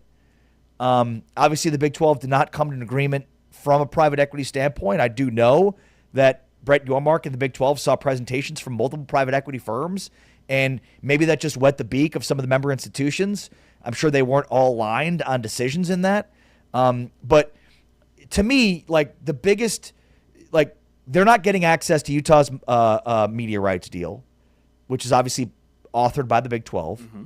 They're just getting access to everything inside the athletic department that is not media rights and is not, hiring and firing coaches. So, like, again, there are definitely negatives of this, but it feels like the structure of this deal will set in motion the same structure across multiple deals with multiple schools across all conferences. Yeah, I mean, they just added the Power Conference war chest money overnight. I mean, overnight, a $500 million injection. And basically borrowing from tomorrow's cash today. Yep. I mean, think about all the things they can do with facilities, with staffing, with modernizing their operations, with their NIL. And like with the Newhouse settlement, schools have to share, I think the number is $21 million for this upcoming season with athletes. There are a lot of athletic departments that are scrambling to be able to afford that.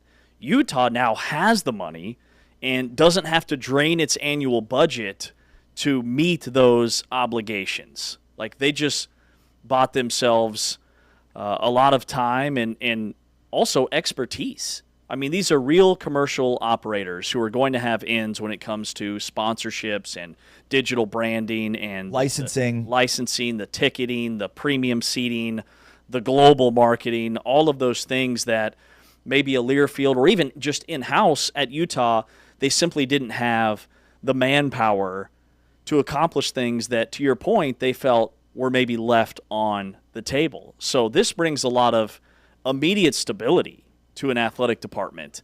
And then when it comes to the facilities and the coaching, the coaches and the staffing and the recruiting costs and everything else, I think we're going to see an immediate impact on the field or on the court or whatever sport Utah is participating in, because we've seen it with Texas Tech. Like, Texas Tech got this massive injection of cash from Cody Campbell, among other NIL Matador Club members, and we've seen it across the board, a major uptick in every single sport. Utah says, why not us? And this was their path to do it. All right, so here's where the rubber meets the road, because there are some coaches and administrators that are just continually complaining about the state of affairs in college athletics right now, and it's almost become white noise. Scott Frost is a great example of that. Like, it's just a constant.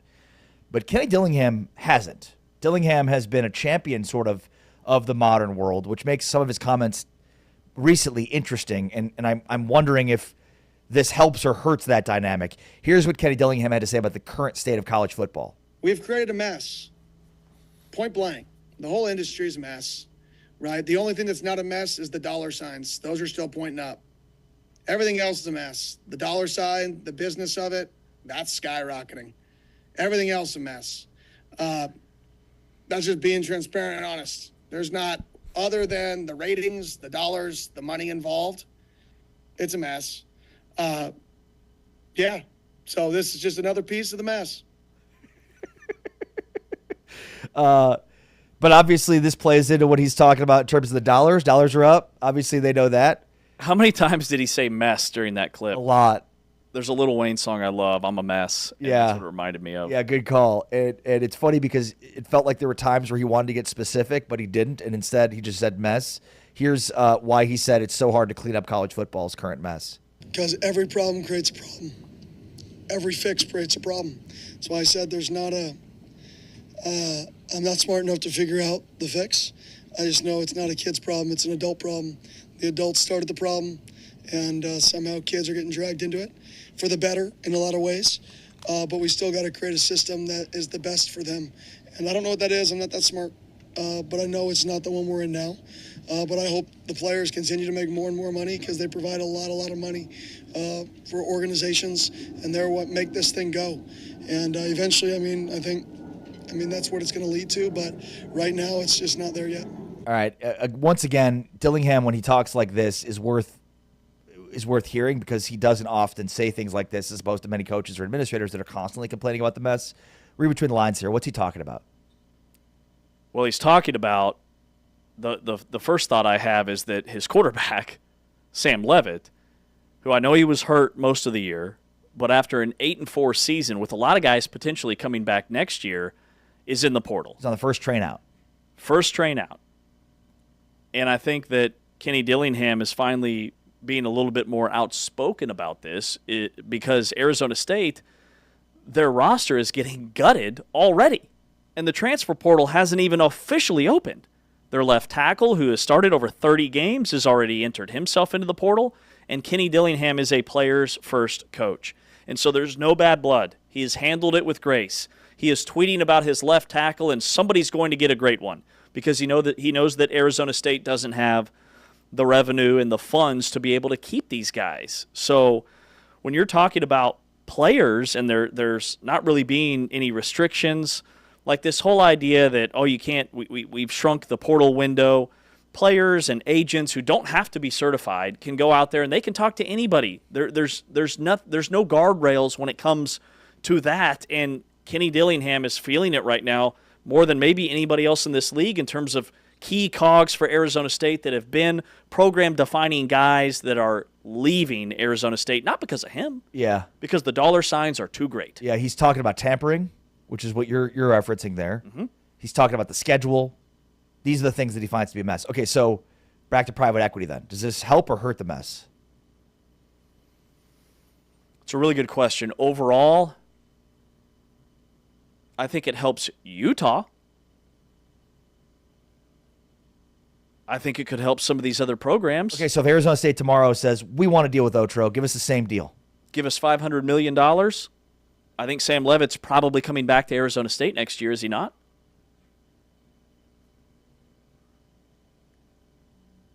But how long are we going to be able to kick this can down the road to a point where it catches up? And all of a sudden, Sam Levitt and Darian Mensah and all these guys and Brendan Sorsby, who's getting offered $4 to $5 million this offseason, when is a quarterback not going to be worth that dollar amount? Like, when is the wins and losses and the revenue generated from fans and television money and everything else, when is it not going to be enough? Is it going to be we'll have our answer 5 to 7 years from now when it comes to Utah and when they have to buy back their shares. Yeah, and I mean, we're already seeing it to a degree with Colorado, right? I mean, Colorado is saying that they've got a $27 million deficit this year. Oh, and by the way, they've got to pay Deion Sanders $10 million, but he brings a ton of attention to their school, right? Well, what does that mean in terms of dollar signs? He brings a ton of attention, but you're paying him $10 million, then why are you operating at a $29 million loss?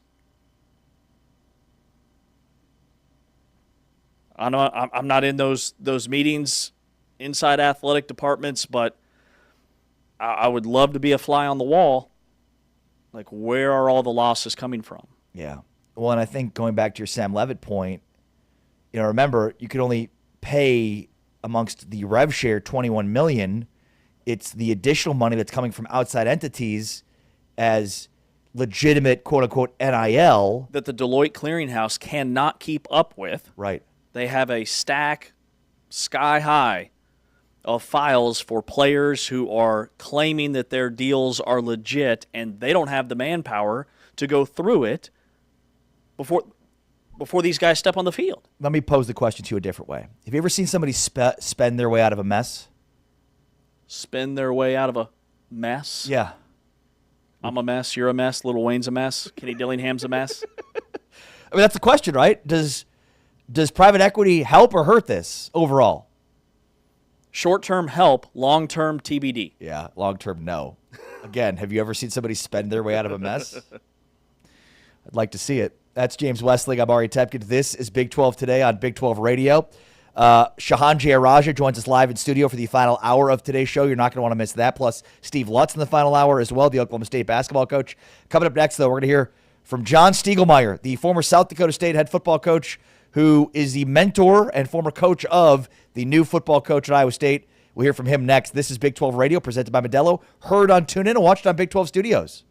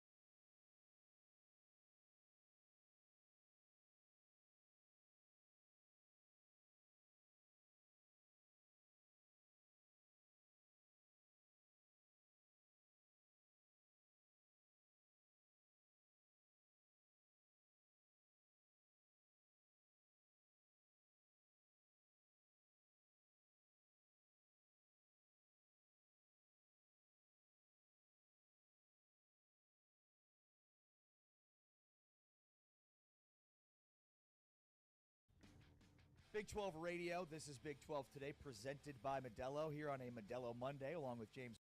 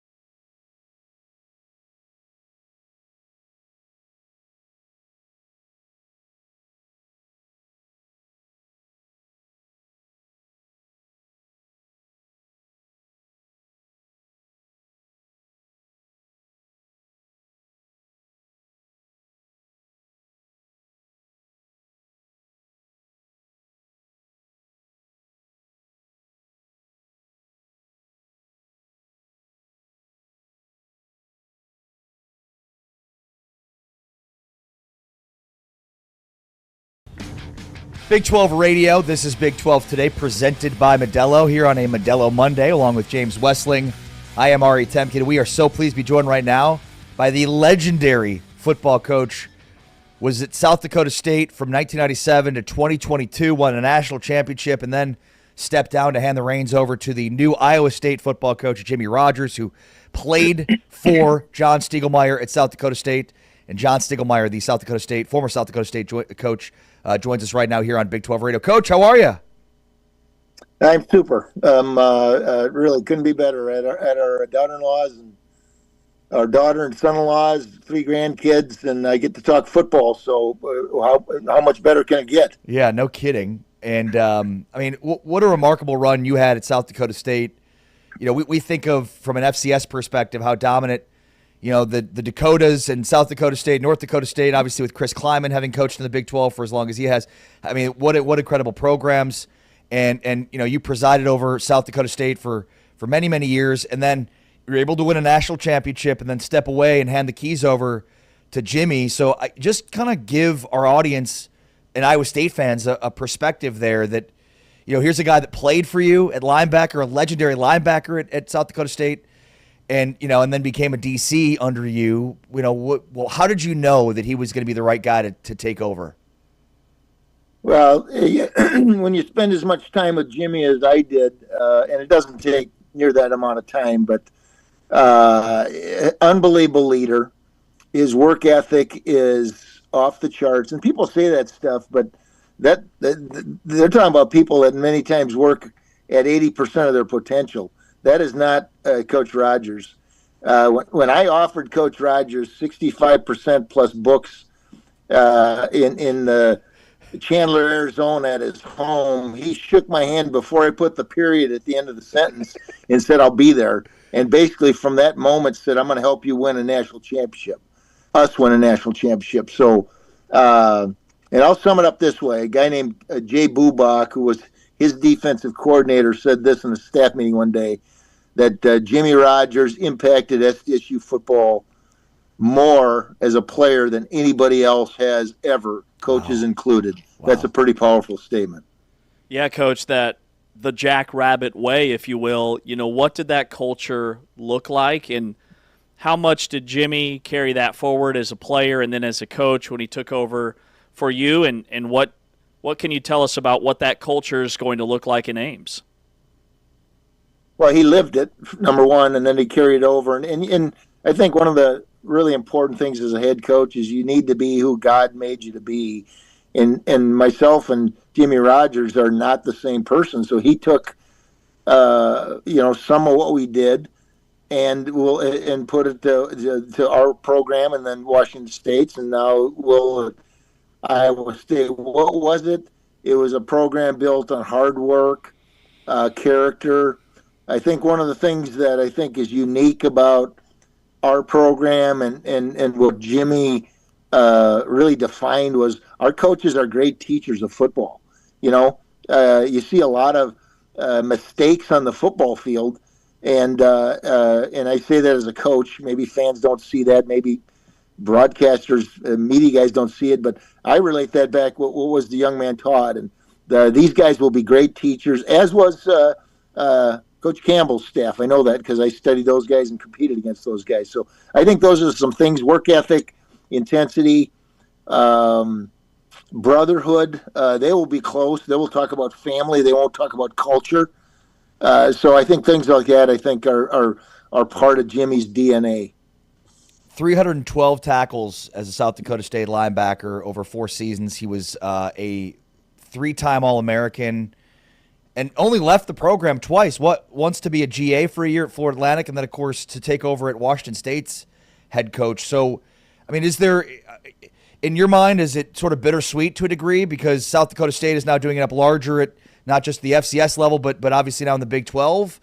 But, a guy that spent his entire career at South Dakota State and meant so much to that program, helping to win another national championship as well?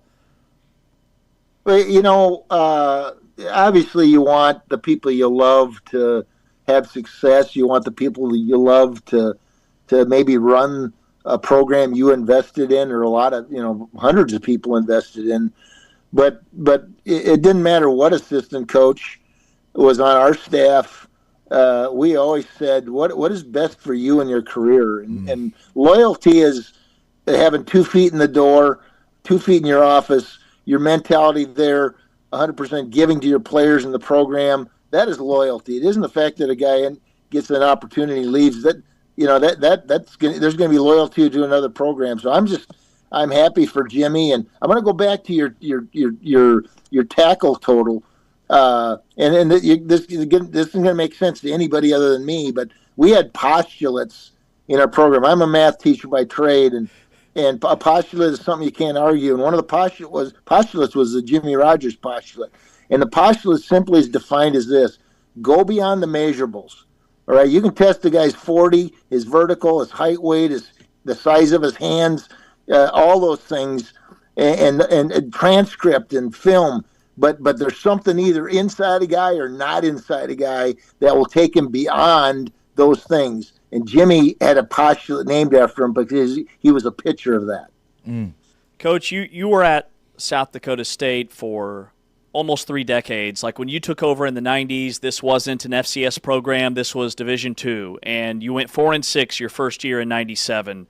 You retired after winning a national championship in 2022, going 14-1, running the table in a very difficult league. And I get that everybody's different, but you have a similar kind of story as Kyle Whittingham at Utah, who's flirting with retirement just about every offseason. So for you, after you won that national championship, did you know that, hey, this is it? Like, it's time? What went into your decision to step away after you guys got that national title? Well, I'm going to be honest with you. It's the only way to be, I guess. That always sounds kind of funny. I had made that decision. My wife and I, Lori and I, had made that decision before the semifinal game. And there were a number of things that, again, being a math guy, a number of vectors that intersected. There's never one reason. It surely was not a national championship because it was made before that. And honestly, it was because Coach Rogers had another opportunity that was going to pay him 3 times what he ended up getting paid as the head coach. But I wanted somebody on the staff become the head coach, not to carry on anything, but to protect the other coaches. Because we all know when a head coach changes in a program, everybody is released. You know, maybe one coach is held, maybe one administrator is held, but everybody is gone. And on a very simple and human sense, you ask those guys to work 100 hours a week, and then you risk their careers because of your well-being. And so that was the main reason, and it worked out. Wow, that's incredible. We're so excited to be joined right now by the former head coach of South Dakota State, John Stiegelmeier, here, joining us here on Big 12 Radio. All right, let's talk defense. You're a math guy and you're a defensive guy, and so is Jimmy Rogers. And, you know, we were just talking a little bit during the break, but, you know, John Haycock is an incredible defensive coordinator. I'm assuming he's going with Matt Campbell to Penn State. He's the author of the 3-3-5 defense, the rush 3, drop 8. So Iowa State fans are going to have a lot of fun watching the complete opposite defense.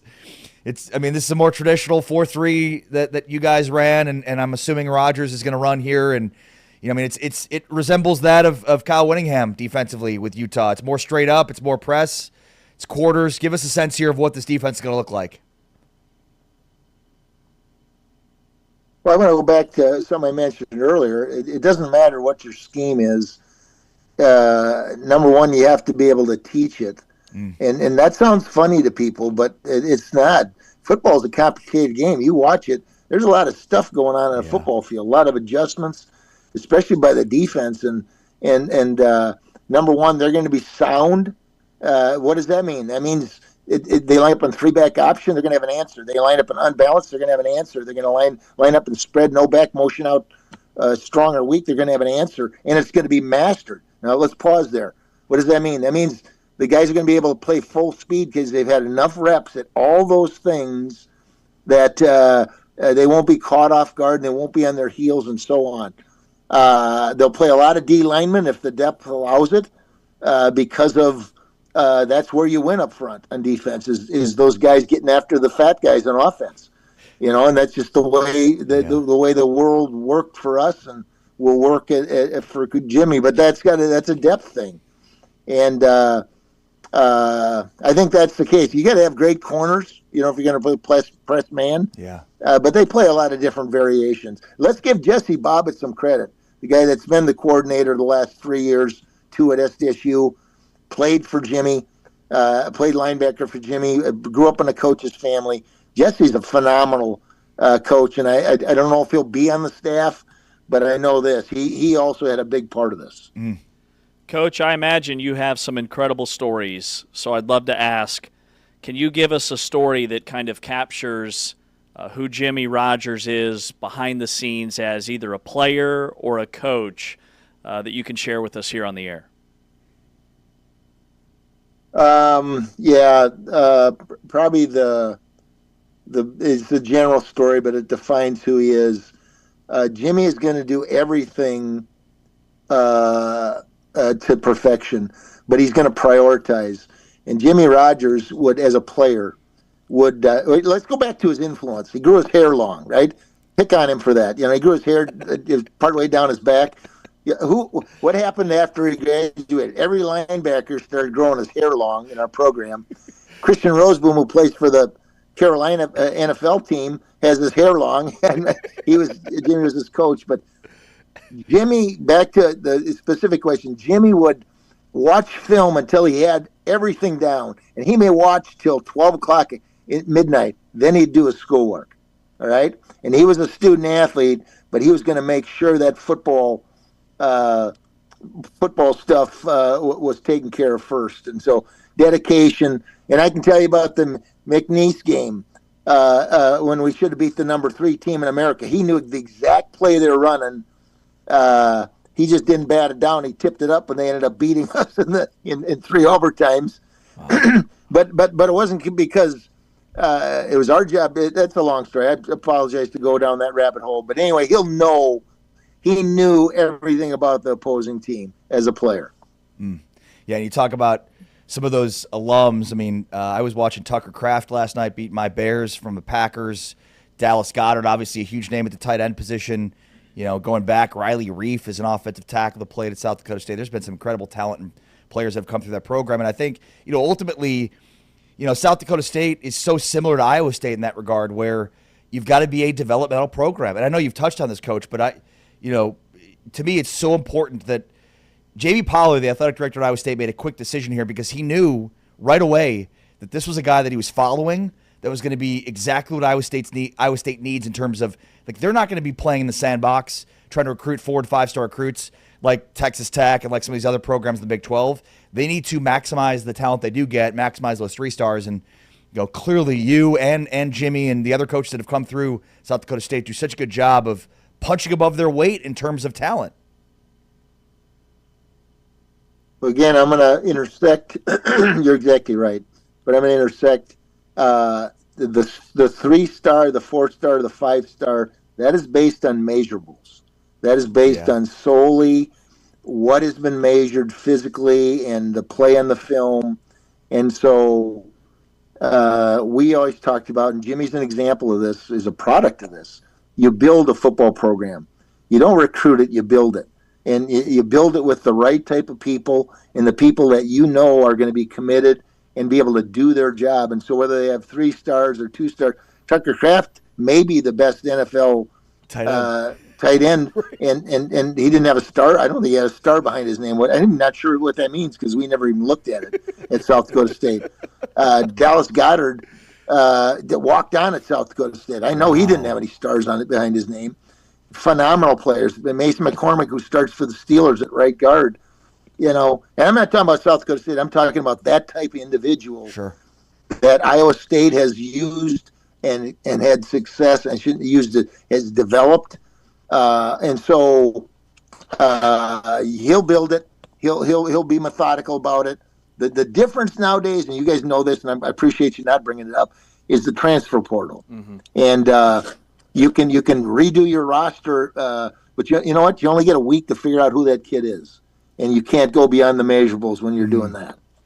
Well said. Oh, man. Thank you so much for your time. This was so much fun. John Stiegelmeier, the legendary South Dakota State head football coach, of course, coached with and for, or rather with and coached the new head football coach for Iowa State, Jeyarajah. John, thank you so much for your time this morning. Appreciate it very much. Thanks, Coach. That's a treat. Thanks. Bless you guys. Take care. Take care. Great John Stiegelmeier joining us here, giving us his sense of his former player and a guy that I would imagine Jeyarajah has as a mentor. That's John Stiegelmeier, the legendary South Dakota State head football coach. And you look at what Jeyarajah did in his one season this year at Washington State. Washington State and Oregon State's rosters were completely gutted. I mean, decimated by the transfer portal and conference realignment. And he takes a Washington State team on the road at Ole Miss and almost beat them. 24-21 was the final. Then he went on the road and played a Virginia team that just played in the ACC championship game, had them on the ropes, lost 22-20, a field goal difference there. Then they played James Madison, who's also in the college football playoff field. The score of that game, 24-20. I mean, he took a team that, to what Coach Stiegelmeier was just to kind of magnify his point, a team that talent measurables, roster construction-wise, didn't belong on the field with those schools, and they took them down to the wire. He gets to 6 wins, bowl eligibility. They played Oregon State twice this year, and they lost 10-7 the first time. Then they beat them 32-8 on the final regular season Saturday, which says a lot about his coaching, his growth, and what he did with, again, a roster that barely had enough players to field a team because of conference realignment, and they still put together a top 25 defense. That should be really exciting for Iowa State fans. Yeah, we'll have a lot more to say on Jeyarajah and all that, but great insight there from the guy who knows, John Stiegelmeier, the former South Dakota State head football coach. Along with James Wesley, I'm Ari Tepkin. This is Big 12 Radio, Big 12 Today. Coming up next, we hand out our yearly awards. Normally on Mondays, we would get out the weeklies. How about our yearly Offensive and Defensive Player of the Year for this season? How about our Coach of the Year in the Big 12? That's all coming up next. With James Wesley, I'm Ari Tepkin. This is Big 12 Today on Big 12 Radio, presented by Modelo, heard on TuneIn and watched on Big 12 Studios.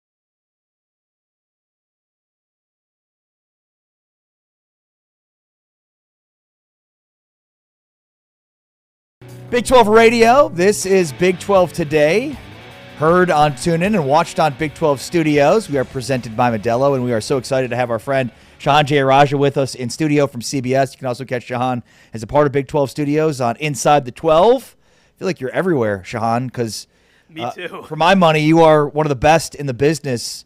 There's tons of great writers that cover this sport, but you are certainly one of them. So thank you so much for spending some time hanging out with us in studio today. Yeah, thank you so much for having me. I was telling you guys, I used to live like right across the street from here, and now this was like a 40-minute drive to get over here. So, I wish you guys had started this show a little bit earlier. And your welcome to the show moment is going to be Ari punching that microphone into your face. Hey, I would love for you to share a little bit of your story as to where you got to where you are today, living in Dallas. I was watching or reading your stuff before I even knew that you lived just down the street from Ari and myself, and you went to Baylor, so we've had you on to talk all things Baylor, but just give us a little background. Yeah, well, I was very lucky to go to Baylor at a very exciting time, of course, in school history. I just missed the Heisman, but I enrolled that very next year. I was there. My first 2 years covering football were Baylor's 2 Big 12 championships. And actually, I've told this story a few times before, but actually the reason that I even toured Baylor, I never thought I was going to go to Baylor, was they offered me a free basketball ticket during the Perry Jones, Quincy Miller year. And they're like, if you come and just tour the school, then you get to go to the basketball game and we'll give you a free t-shirt. And I'm like, basketball? That's crazy. So obviously I have a special soft spot for the basketball program as well. But, I didn't come in expecting to do journalism. I actually was a political science major and joined the school newspaper as a sophomore because, frankly, I just needed something constructive to do with my time. Yeah. Wow. And realized really quick, I'm pretty good at this. And I really love this. And it's really cool to have the opportunity to be around, college football and sports and athletics, and, took every opportunity that I could, and worked at sort of a digital startup out of school, ended up at Dave Campbell's Texas Football, where kind of my career really exploded. And now I'm really lucky to be at CBS Sports, getting to do things that I never thought that I'd get to do. Yeah, and I remember when Big 12 Radio started on a different platform, Shehan used to join us as part of Dave Campbell's Texas Football. So it's been fun to kind of be on the sidelines to watch your career grow. And as you mentioned, rightfully so, you've written such incredible pieces. And I mean, for my money, you're one of the best follows on Twitter too, just overall. And, sometimes I don't want to say you go after people, but you're holding people accountable for the things that they say on social media, especially when it comes to college football. And obviously you have, some hard opinions, some HSO, some hard sports opinions too, or hot sports opinions too, which I think plays into that. Like, Ben Lieber, who of course played at K-State, and we used to have him on all the time, saying on Twitter, "I applaud Notre Dame, Iowa State, Kansas State, and Baylor for opting out of bowl season. We are in a broken system with shoddy governing body and virtually no rules." And then you tweet, does anyone even like sports anymore? Yeah, look, I think that for me, I'm always going to be a fan first, right? The way I approach stuff, obviously I'm a professional, and especially with my writing, I'm very rigorous in that. I view it as a craft, but I'm a fan. And I think that we are getting to the point so much where everybody feels like they're supposed to be sports business reporters. And I don't know when exactly that started. I don't really care what the ROI on a decision of playing in a particular bowl versus another is. I don't think that's really my job to care about that. I think that as we've started to move in that direction, and fans who who have nothing to do with this, who don't get a check from any of this, start talking to me about ratings and money and all this, that's just so boring to me. I want to watch college football. That's what I'm here to do, right? And I think that we've strayed so far away from that in so many ways. And look, and I think the other thing too is that I think that I didn't play. It's not a secret, right? And I didn't come from the inside that world. I didn't even grow up in college football that much.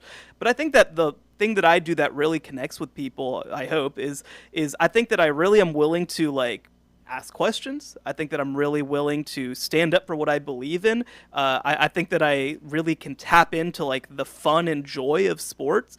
And I think that there are a lot of other people who just that struggle to do that to the same extent. Yeah. Shehan, did you just say you didn't grow up following college football? When did you turn that corner of being a college football fanatic? Was there a moment think back to when that happened. There's got to be a story. Oh yeah, absolutely. So my family aren't really big sports people. The only people in my family that were big sports fans, the only person really, was my grandfather, my dad's dad, who played who was more like a cricket, like that sort of thing, right? And so the first ever, I guess, engagement that I had with college football was growing up in Dallas, and obviously Vince Young and that Texas team in 2005 goes and wins the national championship, and it was just different than anything that I had ever experienced. Because again, there's professional sports, but the locality of it, and my teacher, Mr. Perez, was a huge Texas fan. My science teacher in 6th grade, and so every single week we'd talk about the game, we'd talk about what happened. And I didn't know anything about this stuff, right? I didn't know the rivalry between Aggies and Red Raiders and Longhorn and all this sort of stuff. But that was kind of my first introduction. So that was the first inkling, I guess you could say. But it was really when I went to college was when I fell in love with it. And again, it was such a communal event. Baylor actually does a fantastic job of engaging its freshmen, right? They actually put them right behind the first row in the stadium. They obviously do the Baylor line. That's all freshmen. To run out on the field. Yeah, really, really cool experience. And it's just you feel such a part of it, and that was kind of, I guess, the guiding ethos for how I really got into it. And then of course, getting to be around it and get to see how fun it was. And I got to see some great offenses back when I was at Baylor, certainly. But I think it was really that communal aspect was the thing that made me fall in love more than anything. I think that's such an important point. That, by the way, the Vince Young Texas team, that's such a cultural moment. Oh, yeah. Oh, yeah. I mean, I went to Kansas, and that happened when I was in college, right around the time I was graduating. And I just remember having friends from Dallas that they were Texas football fans first and obviously Kansas football at that point wasn't anything, but they were Texas football fans first. And, one of my friends from Dallas, had a friend that was on the team, didn't play at all, but it's I came and visited Dallas, and it was everybody was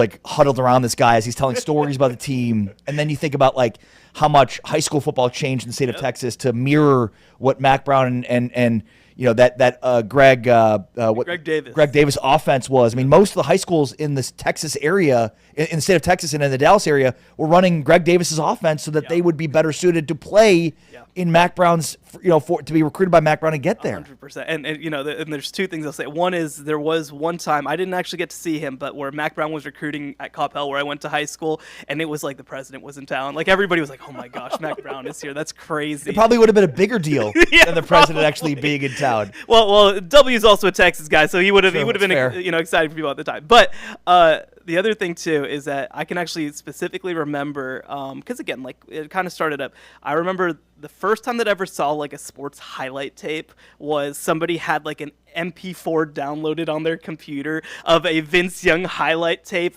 probably 4 weeks into the season. I'm what is this? It was the first time I'd ever seen a highlight tape like that. It was also the first time that I ever had heard Linkin Park play, and both those things blew my mind. The other thing I want to bring up, because you mentioned this, is Baylor in the student section and what the influence that had in your life and making you a sports fan and then helping you enter into this career. So I'm reminded of a big story we talked about today, which is Utah entering into a private equity deal. Yes.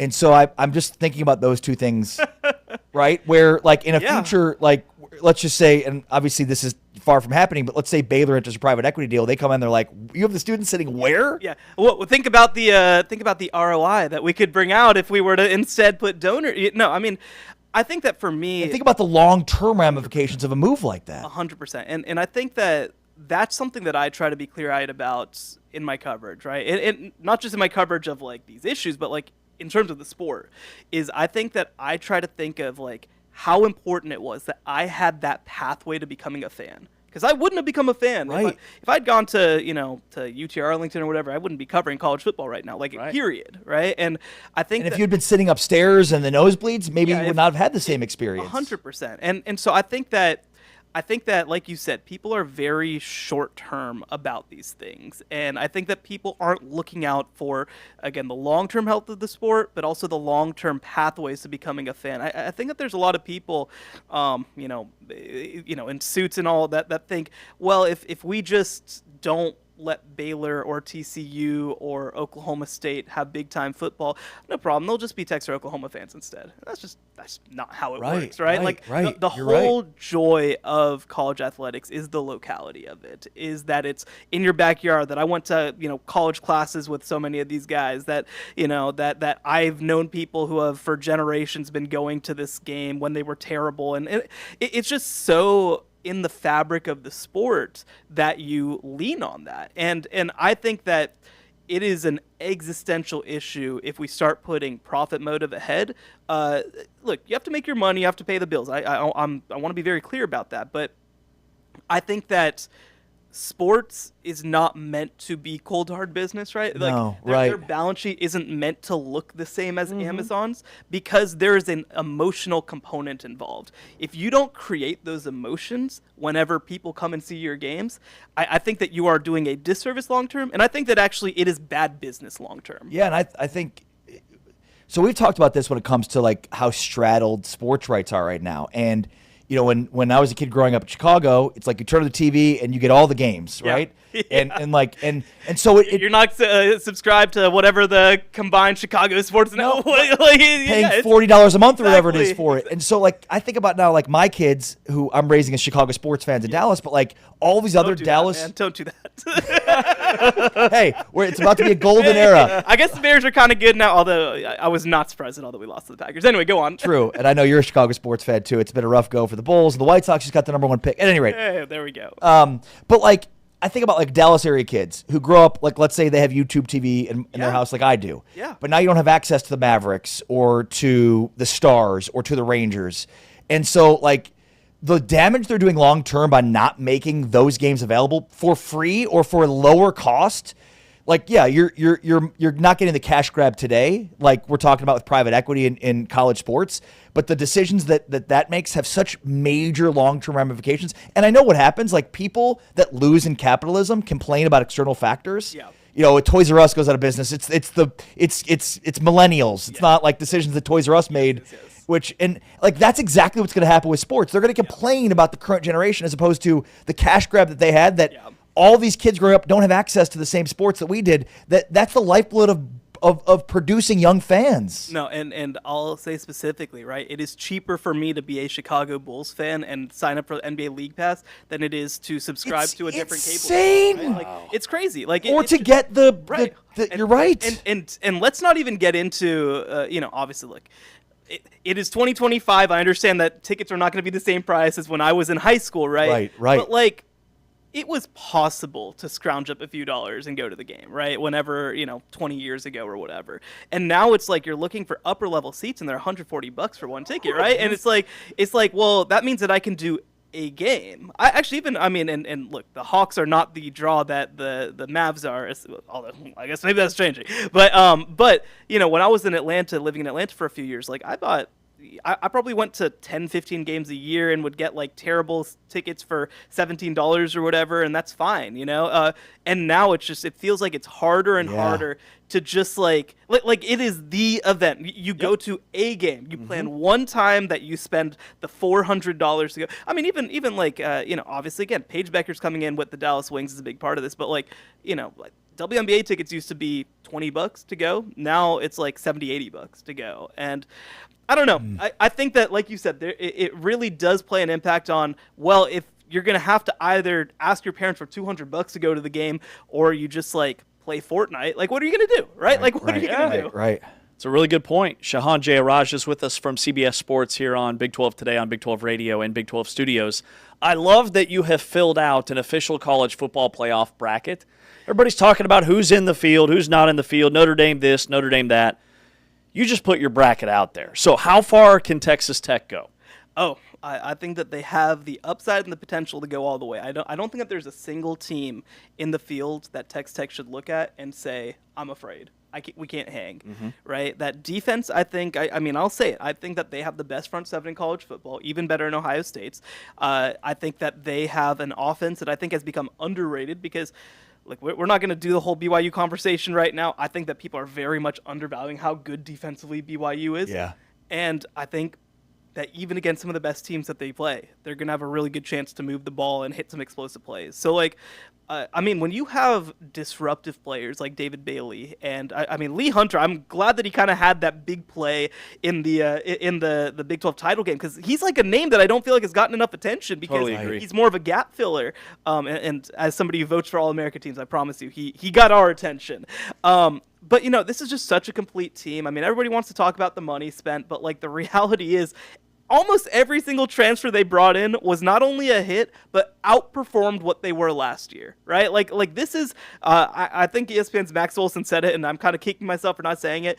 This is the greatest transfer class in history, right? And the way that they added, the way that they maintained. Again, there are other teams. LSU had technically a higher transfer class than this team, but I think that when you look at the matchups heading into this one, where they added, the way that they were able to make things happen, I mean, I think that Texas Tech has the potential to go all the way. Now, you say I've got my bracket up. Actually, my colleague David Cobb has them winning the national championship. Wow. I do not. I have them losing to Ohio State in the final. That's a matchup where I think, you know, outside maybe Ohio State's able to get them just a little bit. But, like, that's the level that we're talking about. Yeah. Who gives them a tough match? Like, who's the toughest matchup for Texas Tech? Do you think it's Ohio State of the top 4 teams? Yeah, so I think that it's probably Ohio State, and I'll say that this is the reason why. I think that Texas Tech on defense is pretty much unbeatable in the front seven. I think that if you try to play this game in the box, like, you're screwed. Like, you're just not doing it. I think that their secondary is very good, but their corners are a little more gettable than the rest of their defense. And if you've got Jeremiah Smith on an island, if you've got, you know, Carnell Tate on an island, with a quarterback in Julian Sand, who I think is very good, I think that could cause some problems. Now, and the same deal, right? Like, I think on the other side, I think that they are, outside of Texas Tech, the best defense in the country. So I think that's the toughest matchup probably, but again, like I said, I mean, it's going to be who hits an explosive play, who make, you know, just, I think everything's possible. Turnovers. Yeah, exactly. By the way, you, David Cobb, and Chris Hummer are the only ones that picked Texas Tech to beat Oregon. Oh, I don't think I realized that. To beat Indiana. No, to beat Oregon. Everybody else, Brad Crawford, Tom Fornelli, everybody else at CBS has Oregon beating Texas Tech. Okay. In fact, everybody else has basically the top 4 teams in the Final Four with the exception of Texas Tech. Yeah. Okay. So it feels, again, like from a national perspective that people still don't see how good Texas Tech is. And maybe we're wrong. Maybe I'm wrong. But I don't know. They're just completely undervalued from their front seven, from their defense. Yeah. And I will say this. I think that Oregon is one of the tougher matchups in the field. I do think that was, like, I almost had more trouble picking Texas Tech Oregon. Now, Indiana's really, really good, but I think that Tech matches up a little better with Indiana than they do with Oregon. Agreed. You know, part of this depends on the health of DeCorian Moore and those wide receivers. Oh, Brendan Marcello also picked Tech. Sorry. Okay. Yeah, but, like, I do think that, like, I do think that first game is part of it, right? That Oregon is a really good team. I think that if you're going to pick an upset, I understand why Oregon is kind of the team that you're leaning on. But I agree. I don't think that this team is valued enough. I don't think this team is taken seriously enough. After that Big 12 title game, I had people on social media coming at me like, oh, well, how did you think, you know, both these teams suck. Neither of them should be in the play. I'm like, what? You're just... you just don't recognize the logo, man, because I'm telling you, we talk with NFL mock draft guys, we talk with scouts, we talk with personnel people. They know what this Texas Tech defensive front is. How many of those guys are going to be drafted? Drafted? I mean, all of them? Right. Like, we look at their defense and, yes. 11 starters that could potentially one day be playing on Sundays. Yes. I think so I think that this year, right, the entire front 4 is going to be, I think all of them are set to go to the draft this year. Maybe A.J. Holmes will be back, but Skylar Gill-Howard will go. I think that all those guys will be drafted. I think that David Bailey and Jacob – well, I think David Bailey is first round. I think that Jacob Rodriguez is – third round, something like that.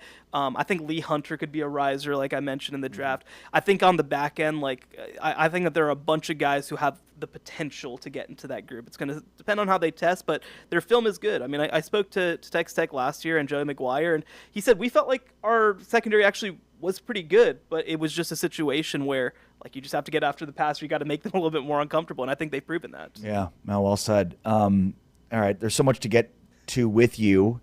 I guess what else just from the bracket overall stands out to you, and what else you looking forward to or excited about?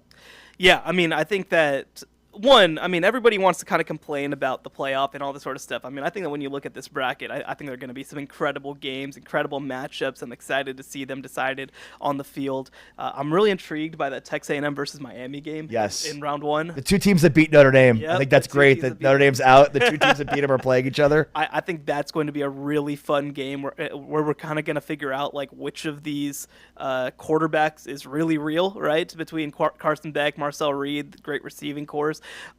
I think that the rematch of Alabama versus Oklahoma is going to be really interesting. But then I think when you start getting down the board, I mean, Ohio State versus Georgia, of course, is a heavyweight matchup if we get that in the quarterfinals. Or no, I think it might be the semifinals. But like, you know, Ohio State has played Georgia really well, even in years where Georgia did go on to win the national championship. I think that this is a matchup that they would hang really well in. And I'm also really interested, again, if we get it with the Indiana versus Texas Tech game. That one, I think, again, I pick Texas Tech to win it, but like it's going to be a very low-scoring game. Like I don't think that any team has an obvious edge offensively, especially with the way that these teams are able to play defense. So I'm fascinated to see how that kind of ends up happening. All right, Shehan Jeyarajah with us in studio for the final hour of the show. We're going to take a quick break, come back with Oklahoma State basketball coach Steve Lutz, the undefeated Cowboys. We're excited to be joined by Steve Lutz next. This is Big 12 Radio, presented by Modelo, along with Shehan Jeyarajah from CBS Sports and James Westlake. I'm Ari Tepkin. It's Big 12 Radio on TuneIn and watch it on Big 12 Studios.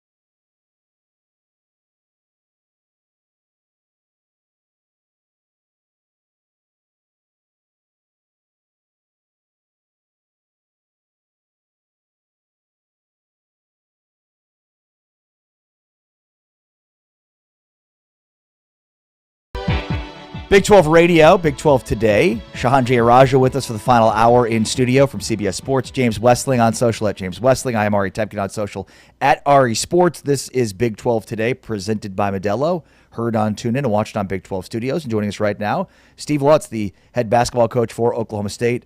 Off to a scorching start, undefeated, with wins over Texas A&M, South Florida, Northwestern, and most recently over Grand Canyon. But a big one, Bedlam, is coming up this weekend. Coach, how are you? Good morning. Hey, I'm great, Ari. How are you, buddy? Doing very well, thank you. So just give us a sense here of your start to the season. You know, obviously in the non-conference play, it's hard to get a great sense, but certainly some big-time wins to start this year against A&M and some of the other ones I mentioned. Yeah, I mean, I don't know that we've had any big-time wins. I mean, we haven't beaten a top 25 opponent or anything like that, but certainly I think that we've had some respectable wins, some things that some games that have caught people's eye. I mean, obviously we're 9-0 and that's pretty good. You can't complain about being 9-0, but I think that we've still got to go through that gauntlet called the Big 12, and that's where that'll be the deciding factor as to where we all finish. But been a good start thus far. Steve, you guys are top 7 in the country in adjusted tempo, possessions per 40 minutes. Take us through. We know about your style of play, but what goes into creating so many extra possessions in a basketball game at Oklahoma State? Yeah, I mean, obviously we play fast, but I mean, we also have a big emphasis on the defensive end and trying to create some turnovers. This team this year, as compared to last year's teams, not nearly as effective at that. And that's something that I think is limiting our ceiling at this point, is that we've got to get better on the defensive end, both in the half court and in the full court. And then, we place an emphasis on offensive rebounding. We do a good job there. You're ultimately, as a coach, you're always trying to find ways to steal an extra possession or 2 or 5, whether it be off the opening tip or whether it's, winning the offensive rebounding battle, those sorts of things. So you've got to figure out ways to generate more opportunities to score the basketball than your opponent. And one of those ways is just through our tempo and our pace. One of your premier players so far this season is Victorious Miller, who's off to a scorching start, 16 points a game. I saw you said recently that he's a game-time decision for Bedlam. Can you update us on his health and status? Because obviously it's a huge piece to your offensive success. Yeah, I mean, as much as I love Victorious, and he is our leading scorer, I mean, we've got several guys that are going to go in and out of the leading scorer position probably on our team as the year goes along. I mean, we've got several guys that I think that can certainly win that category. He has an ankle sprain, and with ankle sprains, we all heal differently. And I know that he's working diligently to get back. Our training staff's working diligently to get him back. So, it's just going to be a matter of what he feels comfortable with and his personal health and those sorts of things. But he's working toward it, that's for sure. Yeah, Steve, that's one thing that stands out about this year is the scoring. I mean, you guys are averaging over 91 points a game. You've got 5 guys averaging double figures. You've got 7 guys averaging over 7 points per game. Just how much was that point of emphasis for you during the offseason to target some more scoring to fit your style and brand of basketball? Yeah, I mean, obviously we struggled a little bit to score last year, and you James, you had a bunch of our games, so you watched it firsthand. If we couldn't get to the free throw line, if we couldn't turn you over, if we couldn't get going in transition, man, it was just tough. And that's not a knock on the previous team. It just was what it was. But with this team, we shoot the ball better. We're able to get, because of our offensive talent, we're able to spread the floor more. We're able to put more offensive pieces on the floor at one time, and that certainly has helped us. Now, again, and I say this all the time, and my guys are tired of listening to me say it, we've got to get better on the defensive end. In the Big 12, you don't play in this league averaging 91 points a game. I bet if you guys went into the history of the Big 12, no one has ever done that, right? And I don't expect us to either. I mean, you look at the top 10 defenses across the country, and if I'm not mistaken, we have 2 of the top 10 defenses in the country in the Big 12. So we've got to figure out a way to have a little more balance there and be a better defensive team if we're going to be successful within the league. Yeah, Ohio State currently second in Ken Palm adjusted defense. Houston is sixth, actually 3 in the top 10. Well, no, 5. Oh, shoot. Yeah, Cincinnati's. Look at you, Ari, man. You're on top of your stuff today. Scorching. Isn't that what you said a couple times? You're scorching it today, pal. Thank you. I got to figure out a different word to use. You're right. I've used it twice. But yeah, I mean, Iowa State at 2, Houston at 6, Kansas at 8, Cincinnati at 9, and Arizona at 10. So half of the top 10 is Big 12 schools. So how do you improve in the defensive end? First of all, did you really tell me Tommy's top 10 in defense? I did.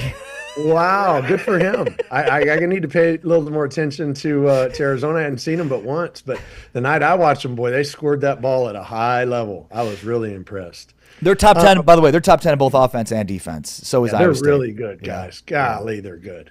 To answer your question, I mean, it's going to start with discipline and toughness and consistency. We've got to be better every day in practice, and that's got to carry over into the games. It's one thing to obviously want to have a great pace offensively, but there's going to be nights where you're not going to get out and go in transition, and it's going to be more of a half-court game. And so we've got to figure out ways to be tough enough to get stops in the half court consistently over a 40-minute period, because we'll do it at times, but we've got to do it consistently. That's our biggest issue. All right, Steve, you told us that you're going to have multiple leading scorers this season and that your stats are going to kind of fluctuate because you have so much balance. But, I mean, I think you're going to beat them by double digits this weekend, but let's say it's a tied game with 30 seconds to go against Oklahoma and you've got the ball. Who's your go-to guy? Like, who's the guy that has to have the ball in his hands? Well, I mean, it varies game to game. If you look in the last 2 games, I put the ball in Parsifala's hands at the very end of the game. Against Auburn, Anthony Roy had the ball in his hands. Victorious Miller's had the ball in his hands several times. Isaiah, I mean, we've got options. I like having options, and you roll with who's playing well. Right. And that's the good thing about having options. And that's the good thing about having a team that really doesn't care thus far who gets the credit or who gets the ball at the end of the game, as long as we win the game. So they've been very good about that thus far. You know, Oklahoma State has such great basketball history and tradition and a great arena and venue. You know, have you seen the fans start to show up for this 9-0 team? Like, are you starting to see the excitement build for this basketball team? Yeah, no, we've had much better crowds. We shut off the 300 level to start the season to push everybody down so that they would be closer to the court and so that you would have more a better fan experience, but also it's just louder.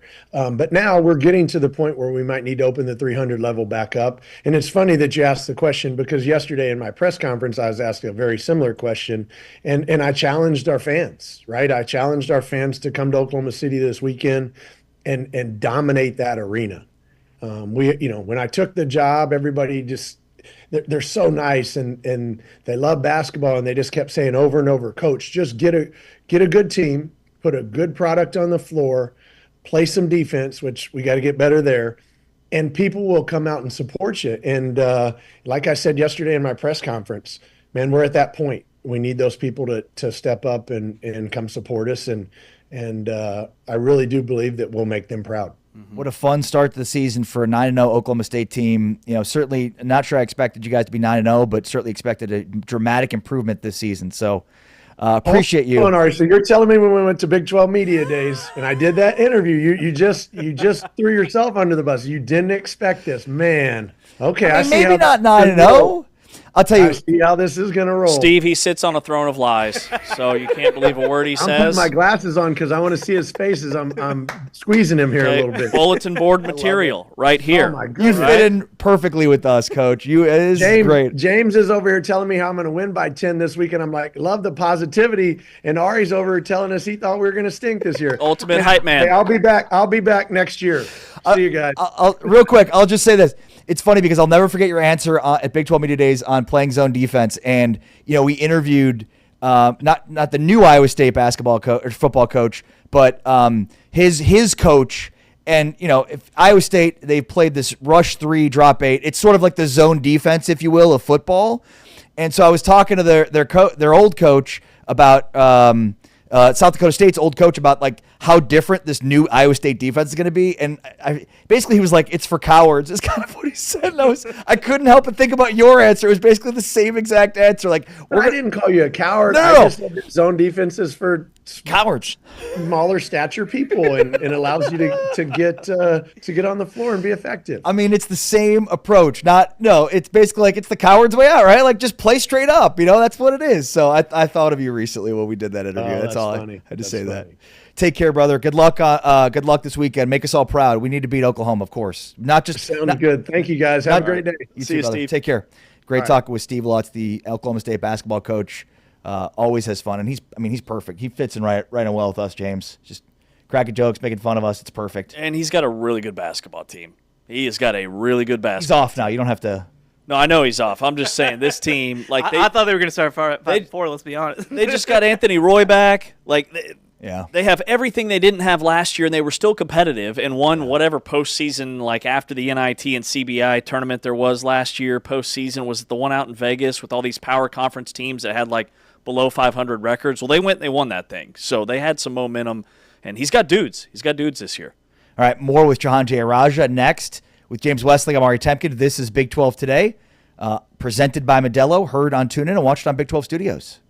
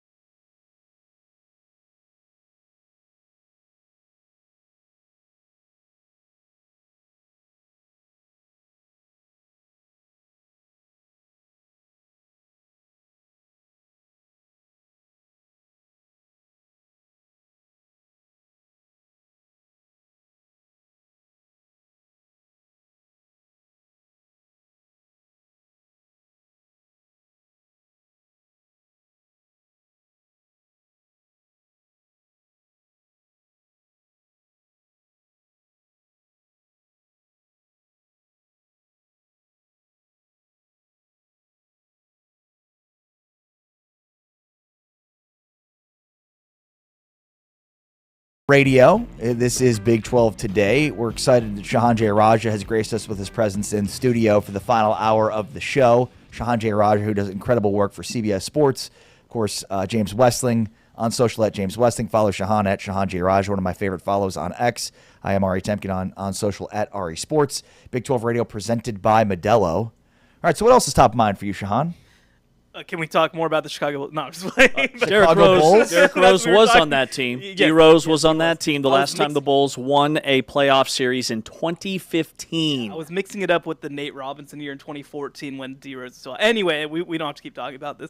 No, I mean, I think that obviously, like, it's going to be a really fun playoff. I think that, again, the matchups that we're going to see are huge. Also, let's talk for a second about some of these first-year coaches, too, right? We were talking about, of course, Jimmy Rogers coming over from Washington State to Iowa State. I think that that's such a great, not continuity in terms of system, but in terms of culture hire. Yeah, great point. Yeah, talking that same deal, Eric Morris going to Oklahoma State, it feels like you're getting Mike Gundy at the beginning again in some ways, right? Because he knows offense, he knows quarterbacks, he knows receivers. I think he's really forward thinking, which was such a hallmark of those early Gundy teams. Like, I just really love some of these new coaches that are coming into the Big 12. Colin Klein, of course, as well at Kansas State. Like, I think that all of these programs have done such a good job of finding something that's the same, but also a little different.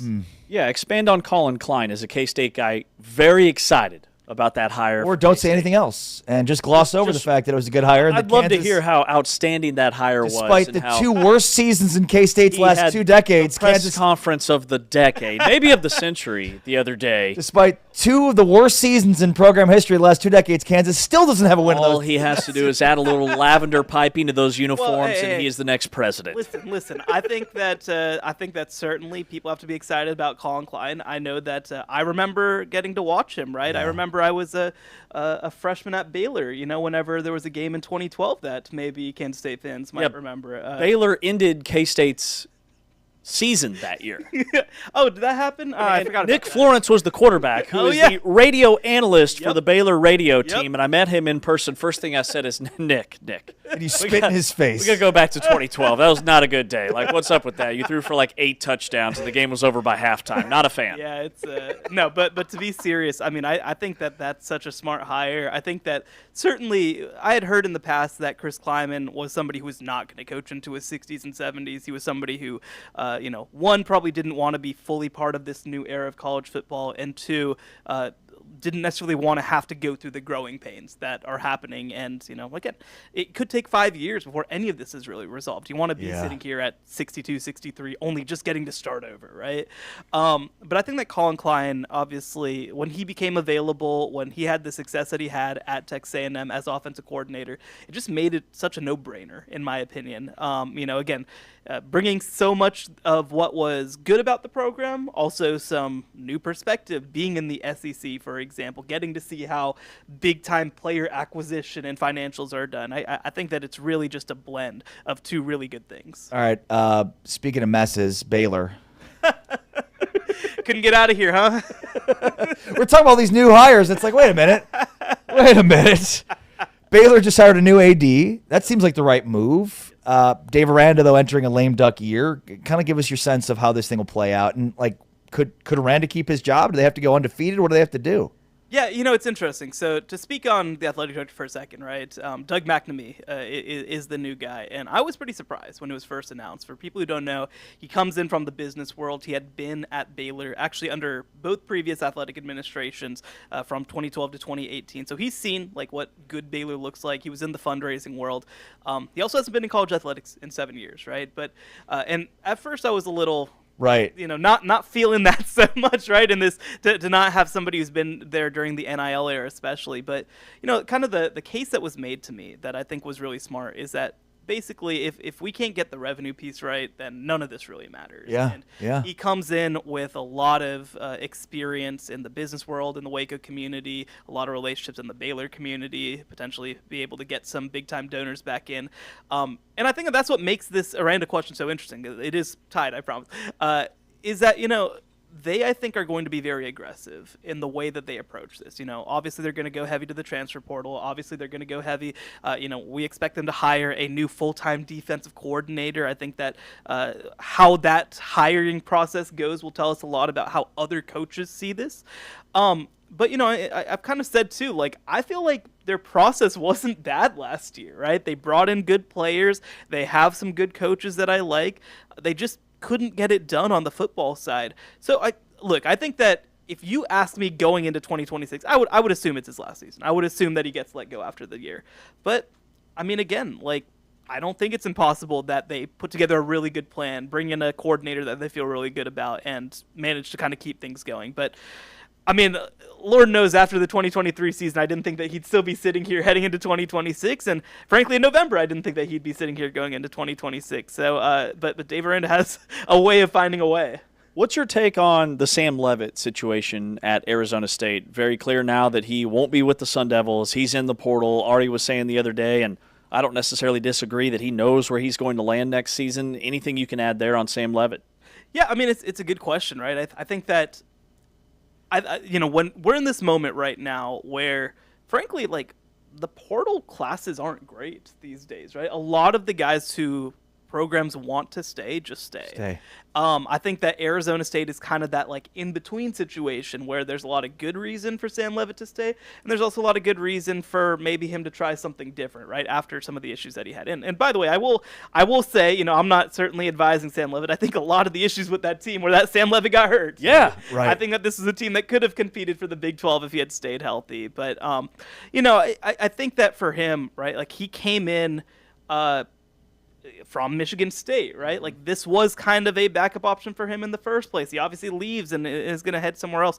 I think it's certainly possible that he already knows where he's going to go. There's some, I guess you could call them obvious candidates. Miami is always going to be in that transfer portal market. There has been some conversation that Texas Tech could decide to get in, less because they don't believe in their guys, but because Will Hammond suffered an ACL injury. Right, and they have been very clear in that they're going to bring in a high-profile quarterback. I think Rocco Beck is going to Texas Tech. Yeah. I think Leavitt's going to end up at Miami or the SEC. Yeah. I think Auburn, South Carolina, Mississippi State. No, I think that's very likely. I think that, I don't know, but I think that there's a really good chance that Leavitt tries to maximize his value because especially, again, when you've dealt with the injuries that he has, maybe this is his best earning opportunity. I feel like we've just gone rapid fire here with Shehan. I love it. It's always great. And it's interesting too to hear Kenny. We played some of the clips from Kenny talking about how big of a mess it is, and sometimes it's the same coaches you hear talking about how big of a mess it is, like Scott Frost. It's yeah, we know Scott, you don't like the situation. It's it becomes white noise. But when Kenny speaks out, it's oh well, we should listen. He doesn't talk about this kind of stuff in that way that he normally does. He's not normally talking about this stuff in that context. Mm-hmm. No, it's interesting, right? They even lost, I believe, their left tackle in the portal, right? It does kind of say there might be a changing of the guard of types at Arizona State. Well, I wonder too if long term Kenny's wants to be there from the standpoint of he told us he wants to go somewhere he can win a national title. If you don't have the money to be able to keep these guys here, it's going to be hard to do that. Yeah, it is interesting, though, because this would have been the cycle to go. Yeah, you're right. LSU, Florida, Auburn. He has plenty of ties to Auburn. Obviously, Florida State didn't open, but that would have been an obvious connection as well. This felt like it was a good cycle for him to go if he wanted to go, and he didn't. So, I don't know. I do think that he is very committed to wanting to do this at Arizona State. He talked about, my sister lives 4 houses down, my parents live another few houses down the other way. Right. He's only been in this place, and they obviously have made it worth his while for him to be there. But like you said, he's kind of looking at potentially not a full-on rebuild, but a reload in a lot of different ways. Yeah, we'll see. Shehan, thank you so much for hanging out with us. This was a blast. And we'll have to do it again. We appreciate you driving out and hanging out with us today. Yeah, thank you so much for having me. Shehan Jeyarajah, go check out the great work Shehan does at CBS Sports and on social at Shehan Jeyarajah. For James Westling, for Anthony Smith, our producer with Big 12 Studios, for Taman Turner, I'm Ari Tepkin. Big 12 Radio presented by Modelo. We're back tomorrow, but for now we're out. Peace.